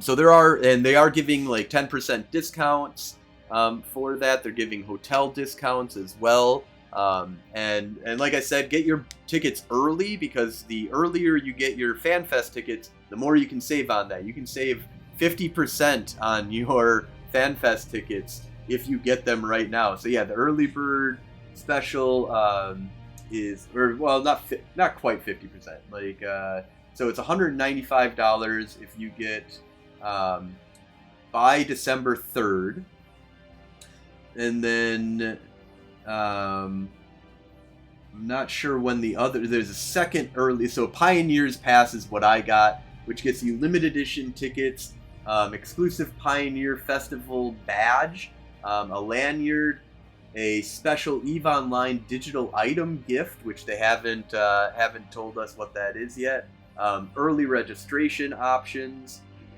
comes along with the Festival Pass, Party at the Top of the World tickets, FanFest 2023 t-shirts, and in-game content. And then, so after December 3rd, it's still $195, but you don't get all of the other perks. You just get the Festival Pass, the World top of the World tickets, and t-shirts, and some in-game content. And then I'm not sure when that will end, but the last one will be $295. So you save $100 per ticket if you actually. Oh, and so I actually didn't see these. Those are sold out already. So the ones that are which is what I got, was the first early pass. So I got them at $159. So it was a 50% discount for me. And so they already got the ones that were at $179 were already taken. So at this point, so the earlier you get in on getting your tickets, the better it is for FanFest for sure. Save yourself some money, get some extra little perks and stuff like that. So I'm super excited. I can't wait. I'm going to be talking about this and really pushing to, we're going to be doing some special episodes, trying to get some interviews in. I'm going to figure out how to stream with my phone. How to stream, bringing my computer. We'll probably do a sit down and talk while we're in Reykjavik. I am super, super excited. Yeah, I'm gonna have to get in touch with Ghoster after the stream, make sure he's still good to go. But yeah, I'll definitely be picking up my tickets before Saturday if I can. So yeah, to get them now. But looking forward to seeing my new best friend, CCP Antiquarian, who I met at in Vegas. Oh yeah, so, great guy, a lot of fun. So looking forward to seeing if we can hang out with him again and pitch all our bad ideas that he is going to nod his head and say, yeah, that's awesome, we should do that. So.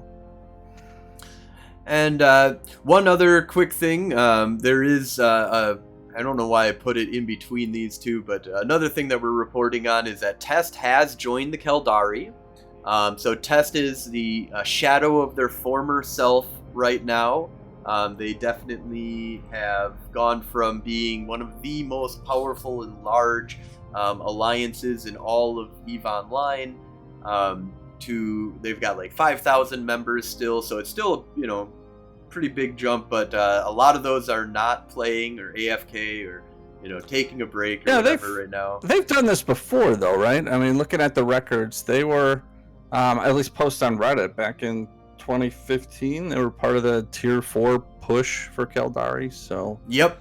There's been a tie there in the past. So I haven't run into anybody from Test that I know, or any groups or anything, me neither. I have not seen them influencing the war zone right now.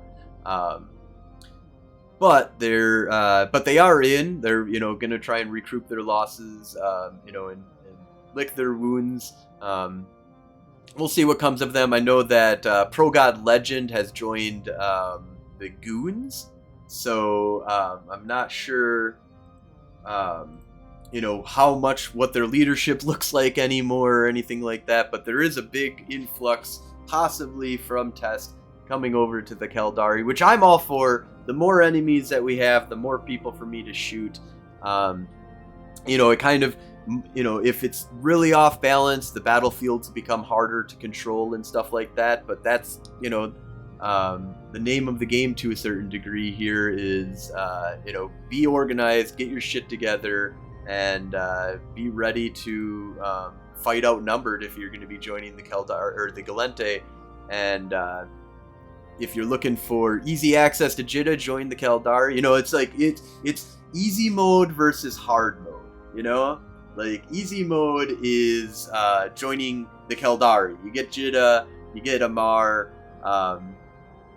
The name sounds familiar, Pro God Legend. Yeah, so Pro God Legend is well known for his declaration of taking Delve by winter a couple years ago, when the big war was happening between Pam Fam and the Goon Swarm.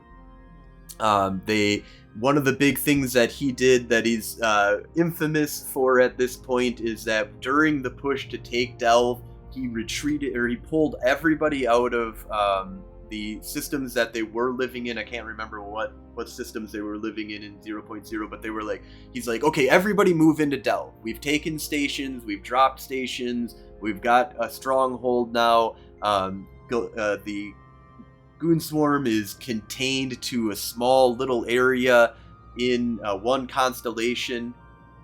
And what ended up happening was, as they were assaulting that small constellation and failing, and he was telling everybody to move on in, he was also secretly moving everybody out and being like, actually, let's abandon stations and get the fuck out of here, because they couldn't hold down the goons and kick them out of that constellation. Well known for always being angry at fast tackle as well, says Dad. Thank you so much, Dad the Impaler. Dad the Impaler. I like that. First time Nice. chatter, and thank you so much for the follow as well. But yeah, so we'll see what happens here. It's really weird that he's joined over 2 goons. I'm surprised goons allowed him to come in. There's a lot of bad blood between him and a lot of goons out there, but that's a whole different, that's a 0.0 thing. The big thing is that Test has joined. I believe that there are some Horde corporations. Like Horde has a division that is for faction warfare that is slightly different than their alliance, but that's like they built their own little thing. But there was like a major corporation, I can't remember who it was off the top of my head. LeChad Flame, thank you so much for the follow. But they were able, they ended up leaving Horde in order to join faction warfare. A lot of people are looking at faction warfare now. It's good ISK per hour, good fights. It's the only area that I can think of that really gives you PvP and PvE content all wrapped up into one, where you can make the ships that you're going to be using. You're getting decent amount of ISK per hour when you've churned in your LP into items. The Navy destroyers right now are fucking awesome. Great addition. The Navy dreadnoughts are epic. And they're not that much more expensive than a regular dreadnought. Like we're talking like 10-20% increase on your price for a dreadnought. Way, like, so much that's happening with that. The new battle cruisers are fucking awesome. The Myrmidon is great. And it's a great time to come on over to faction warfare. I really feel like the more people in faction warfare, the better. Yeah, I've been seeing a push. We've had a lot of old players come back in Noir. Our recruitment is open, and we're bringing in a lot of players. I want to say at least 3 of the last 5 recruits we've had come in are players that played a while ago, and they're just coming back into the game now. And I'm glad to have them back. So for a game that's dying, I think we're I think we're having a lot of fun, and a lot of people are still playing. So Yeah. For a game that's been declared dead, how many times now? Since 2003. Yeah, since Yeah. it began. So, there was a slump, definitely in the last year. Oh, The price increase definitely hurt quite a bit, I think. But I think it hurt a lot of alts more than from at least what the bitching that I see on Reddit is. A lot of people, I used to have 20 alts and now I only have one, or I've completely unsubbed from the game with my 20 alts. But I feel like there's, a lot of it is the alts have been hurt, but there is a discount for that. There's a lot of discounts out there to get basically the old, it seems like they kind of did it so that they could do a lot of discounting to increase the price but give discounts and stuff like that. Well, that was my hope. The more, like, I was hoping as one of the more alts you have, the less you're paying per alt would have been a great facet. But I've got 5 characters altogether. I'm thinking of thinning it down to maybe 3, but yeah, I've been holding at 2 just for the last, like, I don't know. Well, I've got 5-10 years. I've got my main. I've got Night Flyer, who's my all around. Then I've got my marketing. She does all my marketing and shipping, so she does the jump rating and stuff. And then I've got Mango, who I started up as Faction Warfare, and I'm not gonna get rid of her because I like her. Yeah. But the other 2, like I said, was Triglavian Hunter, and I'm not doing that anymore. And then another account I just started up. And he's doing really nothing. He's an Imitar. He's doing some faction running. I was gonna do some Abyssal stuff with him. I never really got into that. And Abyssal is always dangerous for me because of the internet connection. Yeah, I don't know. So now we're sitting there. I was thinking of maybe cutting him loose, but yeah, Caviar says Tess could be. Oh, excuse me. Tess could be using faction warfare as a recruiting and training PvP training ground. Just a thought, like a recruiting tool, which is that's a good thing. Oh, it's a legitimate. Good way of recruiting people and getting people up. I think that they're definitely do that. I don't know if they're gonna, if they've made a declaration that they're staying or anything. Dad the Impaler says that'd be a strange place to recruit for Null. So that, I mean, it's a start kind of thing, but yeah. Caviar says Dad says, sorry, Dad the Impaler also says, if that's what you mean. Caviar says, cast a large enough net and you'll find a suitable fish. Very true. And it is, faction warfare in low sec in general is very, very different. Very different than 0.0. So I do agree that is definitely going to be harder for them to pull out a faction warfare with all of those people, since it's a very different beast, and since faction warfare really teaches you to like make money while you're looking to fight. 0.0 teaches you to specifically do one or the other. You're going to be either ratting and you're going to run from every fucking thing that comes your way. Like you don't even want to rat when there's just one person in system that's a neutral, and then if you're doing PvP, you're probably not going to make any fucking money whatsoever. That's not your objective. That's not what you're trying to do. Maybe if you do some looting of the fields and stuff like that, you might be able to pull off getting some money.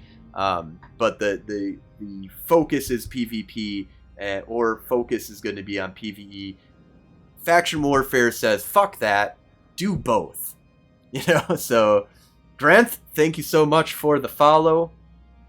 I love looting, by the way. Looting wrecks and stuff is still one of my favorite parts of the game, whether it's rats or other ships. I love it.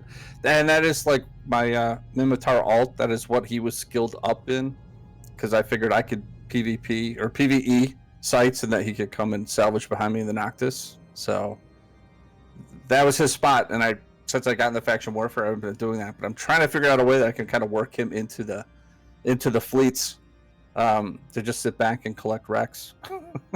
So we'll see.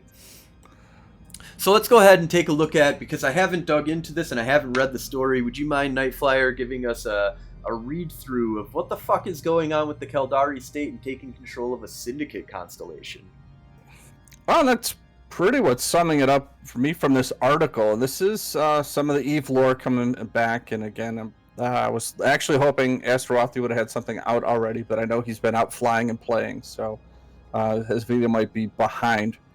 But bottom line is the Caldari state has moved into the DS M4Q constellation, which is an Intaki Syndicate system. And for those of you who don't know where that is,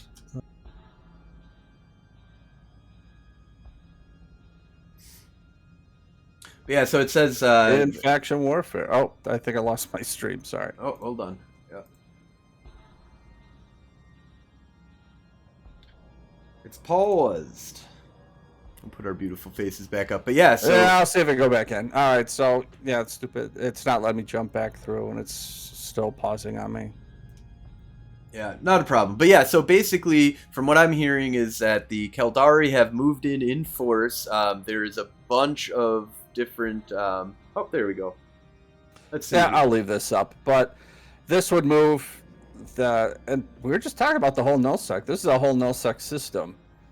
So if this is going to pull Caldari into the nullsec system, if this is going to be one of their things where their next objective is to build another gate or something into that system, this may be the kind of introduction of nullsec into faction warfare that we've been talking about since the inception of the changes to faction warfare, and trying to pull in some of these 0.0 groups into these fights and these battles. So this might be the start of what we see. And this was, and I was talking to you earlier, I still can't place it, but this syndicate out here, I think I'm talking on my ass, but there was something that came out in one of the prisoner breaks, and they were talking about something with the Phoenix. It was part of that whole prison break where they stole the blueprints, which now we know led to a lot of the Dread ship, Navy Dread developments. And something referring to the Phoenix popped up, and I remember doing the intel, and it took me to this system, and I had to discard it because I couldn't. The lore wasn't there yet. Well, now the lore is here, where now Caldari, where all the prisoners escaped from, are now in this system. So here's the lore coming back around in full circle again. But this would open up them, Caldari, to our back line. So it would give them an avenue through our back door, as it were, into faction warfare space through nullsec. So this is really curious to see how this develops. Yeah, and so we've got some conversation going on here in chat. So Valor Accords had a nullsec. Caviar says that Valor Accords had a nullsec system for a period of years in FW. I know also that Fed Up, Federation Uprising, was also one that had some 0.0 space. And from what I understand is that it really hurts you in faction warfare to be a 0.0 entity, because you have to think completely differently on how you are organizing your people, how you're making your money, making sure you're defending your space and stuff like that. Your focus is going to be on your 0.0, and faction warfare becomes a really side kind of thing for you. And you're already then just going to be restricting all of your players that are out in 0.0 from activities in high sec, which is another thing that 0.0 entities rely on, shipping stuff from JITA and stuff like that. Now, the same thing, you can use alts outside of your alliance, which a lot of people do. But I have not seen any successful experiments on that. Both Valor Accords and Federation Uprising were pushed out of 0.0 or had to drop faction warfare while they were focusing it, or just not really caring about faction warfare while they were doing 0.0 stuff. And Daddy the Impaler says Gal Millistant, didn't they only hold that under the good graces of Goonswarm? Not sure about that. I know that Federation Uprising ended up on PamFam side, I want to say, during the Great War recently. Grandith says, I stopped playing when you needed 5 alts to effectively do anything in the game. Have changes allowed players to just have one character to be effective? I would say it depends on what you're doing. There's always been an area for one character. The faction warfare definitely allows you to do a lot with just one character. If you have one, I think one account is the thing though for faction warfare, because you want to make an alt, even if it's just on the same account. You don't need to have a secondary account, but you want a hauler, and then you want your FW guy. FW really allows for you to like get in, make a bunch of money and stuff like that, but it's going to restrict you from going to Jitta and stuff. So having a hauler alt that can bring your shit in is really nice. But you can still just go to Dodixie, you know. But it also depends on what corporation you get into. You get into a good corporation, you know, Noir has their own shipping guys that you can communicate with. Say, hey, can you grab these ships for me? They have been suitcasing a lot of ships out to certain spots. So instead of SRPing when you lose a ship, you have a hangar. You just go to the hangar and you grab a ship. So again, that's just one corporation. There's a lot of corporations out there. Yeah, there is a lot of people are willing to grab stuff for you. So all depends on what you want to do with the game is what it's going to come down to. But yes, you can play with one. It is more convenient to have multiple. But it's a convenience thing, especially for faction warfare. If you use, you know, your corporations or alliances, you know, logistics in order to get shit in for you, or even just work with different, you know, Red Frog and shit like that, Black Frog in order to get your shit in, you can definitely play with just one character in faction warfare. Like if you join Federation Frontline, Golden Age Stories, we will help you move in anything you want. You know, we've got the ability to move in shit for you. We're a little less organized on that. It's just me and Gwen that'll help you move in shit for you. We do have a friend of mine that I'm trying to convince who loves hauling stuff to become our hauler, but we need more people, you know, to really need that, to have it be something that he can consistently do. But there is lots of room to play just a solo character in faction warfare for sure. I highly encourage you to check it on out. It's, you know, it's convenience, or like if you have 5 characters and all of them are plexing with you, that helps. You know, it's definitely a help. But for the most part, I am 90% solo on Frozen Fallout, and then I have my hauler alt. My hauler alt will bring in shit from Jitta for me in order to keep me nice and stocked. But there are ways of doing that without having a hauler alt, like we were saying. Daddy the Impaler says, I play only one character and have plenty of fun, but my benchmark might be lower than yours.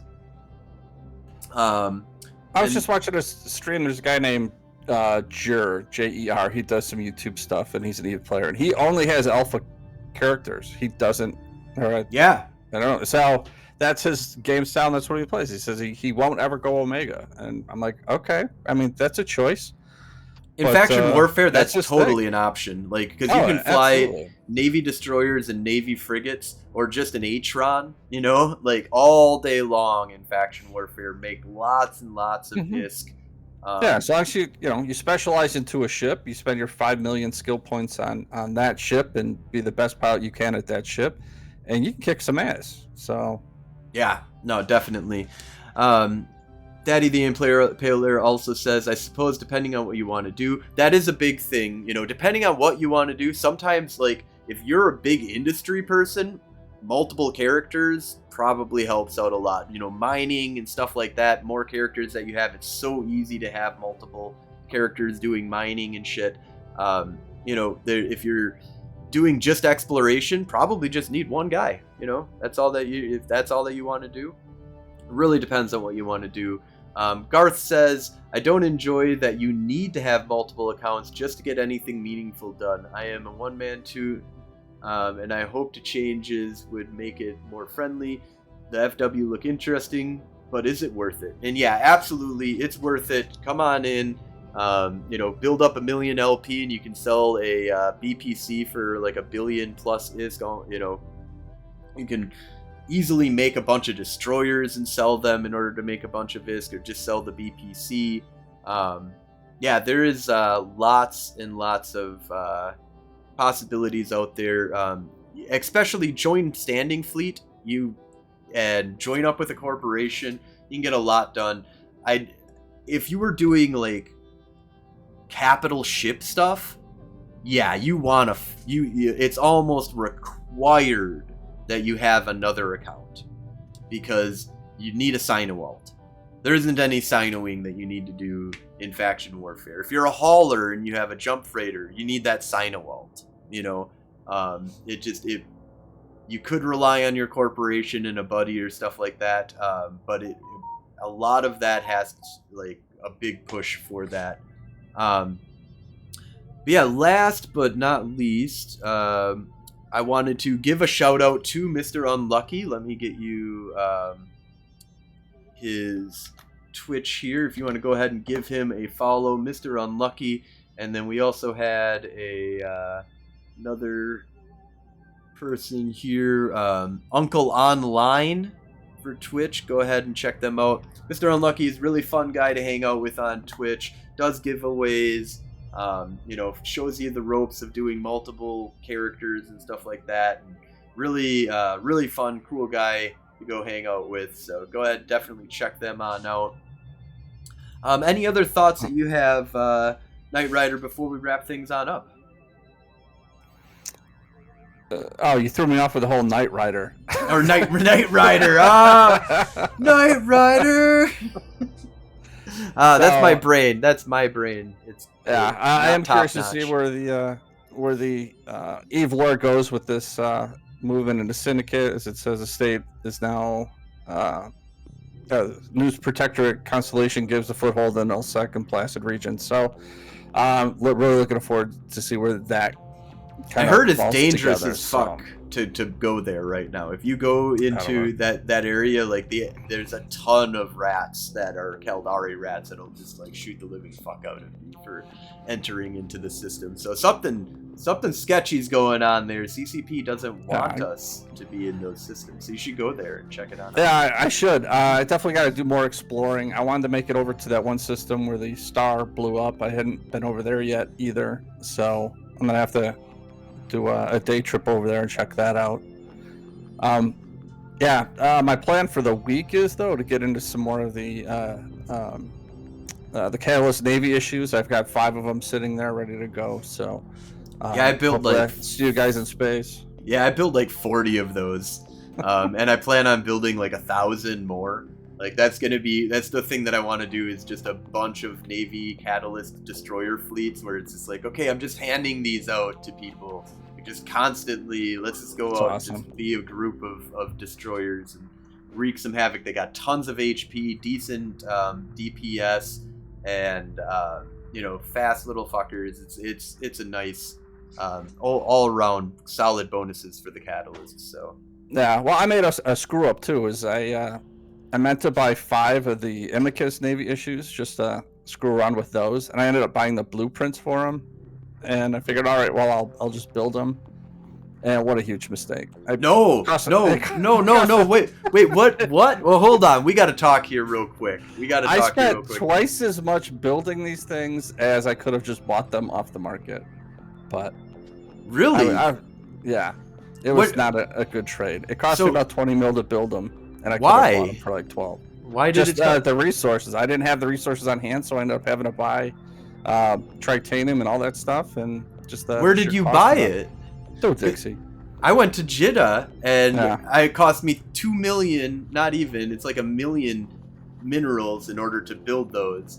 Get your minerals from Jeddah, because something happened there, because that's everything that, because right now. First of all, the LP to buy the blueprints is super reduced. It's like a 60% reduction in the amount of LP that it takes in order to buy the blueprint. So you're saving yourself tons of LP. ISK to LP ratio, way better on the blueprints. Definitely get the blueprints. And then you just want to haul in your minerals from Jeddah. Like Jeddah has all the minerals at basically the mineral price index that is going to be there, I was able, because you can fit 40, it's like 40 or 50 destroyers worth of minerals into a DST, and ship it from Jeddah. Like, just hook up with me. I'll talk to you. I can help you with getting minerals for these things. Get the blueprints. Yavangir is where I've been building all of my shit, and I built, and it's the first time in a long time that I've actually done any building of anything, and it's been kind of fun just to watch 10 destroyers every hour pop out of my furnace and be like, all right, here's 10 more. Yeah, that was my mistake, but I just trying to work out the logistics with all of this and moving stuff around. I ended up with Dodixie. Dodixie might not be a really, especially for... Maybe my math is wrong, but that seems to be about where I was at. I think I spent about 10 grand too much on these ships. 10 mil. Yeah. So. Yeah. Well, I'll, definitely. We'll have to talk about this later, but yeah, definitely hook up with me, and we'll get. I have tons of minerals right now. I built a Dominic's Navy issue. I built a Myrmidon Navy issue. I built 2 Myrmidon Navy issues, like 4 Executor Navy issues, like 50 destroyers, and like 50 of the Navy Comets, all for nothing, basically. Like, all of that was just super, super cheap for me to do. So anyways, let's go ahead and wrap this on up. We are going a little bit over, but we had lots to talk about with this great expansion that came out. I think major success. Way to go, CCP. I see numbers have been rising since the release. There is a little bit of that free Omega time that kind of came out. That kind of bumped up numbers a little bit too, but we'll see. I think this is a solid expansion, solid beginning to something that is going to be epic to see unfold. So thank you all for watching. If you're interested in joining up with the war effort, put an application into Golden Age Stories. That's the Federation Frontline Alliance. If you have a corporation that you want to join, definitely throw in an application, shoot me an email, and we can talk about getting your corporation into our alliance. You can always watch us live on Twitch every Sunday at 2300 Eve time. That does switch. If it's daylight saving, I can't wait till daylight savings is gone. But if it's daylight savings, it's 2200 Eve time. If it's daylight or standard time, then it's 2300 Eve time. But it's always going to be 5 p.m. Central time. So if you're on Central time, then any of the ones that switch your time back and forth, like some people do. Daddy says, thanks for the good show. FW focused. Amar victory. Oh, so you must know Canuck Down Under. He comes in and just says Amar victory all the time. I love that guy. And thank you guys for watching. If you did end up missing the show live, we do have our podcast that we publish. It's the Federation Frontline Report. You can find that on Spotify, iTunes. We have a YouTube channel that we post all of these on. The podcast does have video. Some of these, like Spotify, will let you see the video. Some of the podcasting platforms that are out there don't have video that go along with it, so you can just get the audio file. But we do sometimes use some visuals, so it's always good to check out our visual type stuff. But you can definitely just listen to us, hang out. Any podcasting platform, you should be able to find us. Also, don't forget to check out our website, federationfrontline.com. For more information on our alliance. You can also get all of our podcast episodes are on there. Our Twitch is on there. And a bunch of information and stuff on EVE Online and a lot of our friends that we've interviewed over the years and stuff like that. So, and if you have news that you want to talk about on the show or be a guest, or if you have an after action report, whatever kind of stories that you want to tell us, go ahead and shoot an email over to Frozen Fallout in-game. We'd love to hear your stories and talk about them on the show. We'd love to have you guys come on as a guest as well. So thank you all for watching and have a great night. Night, everybody.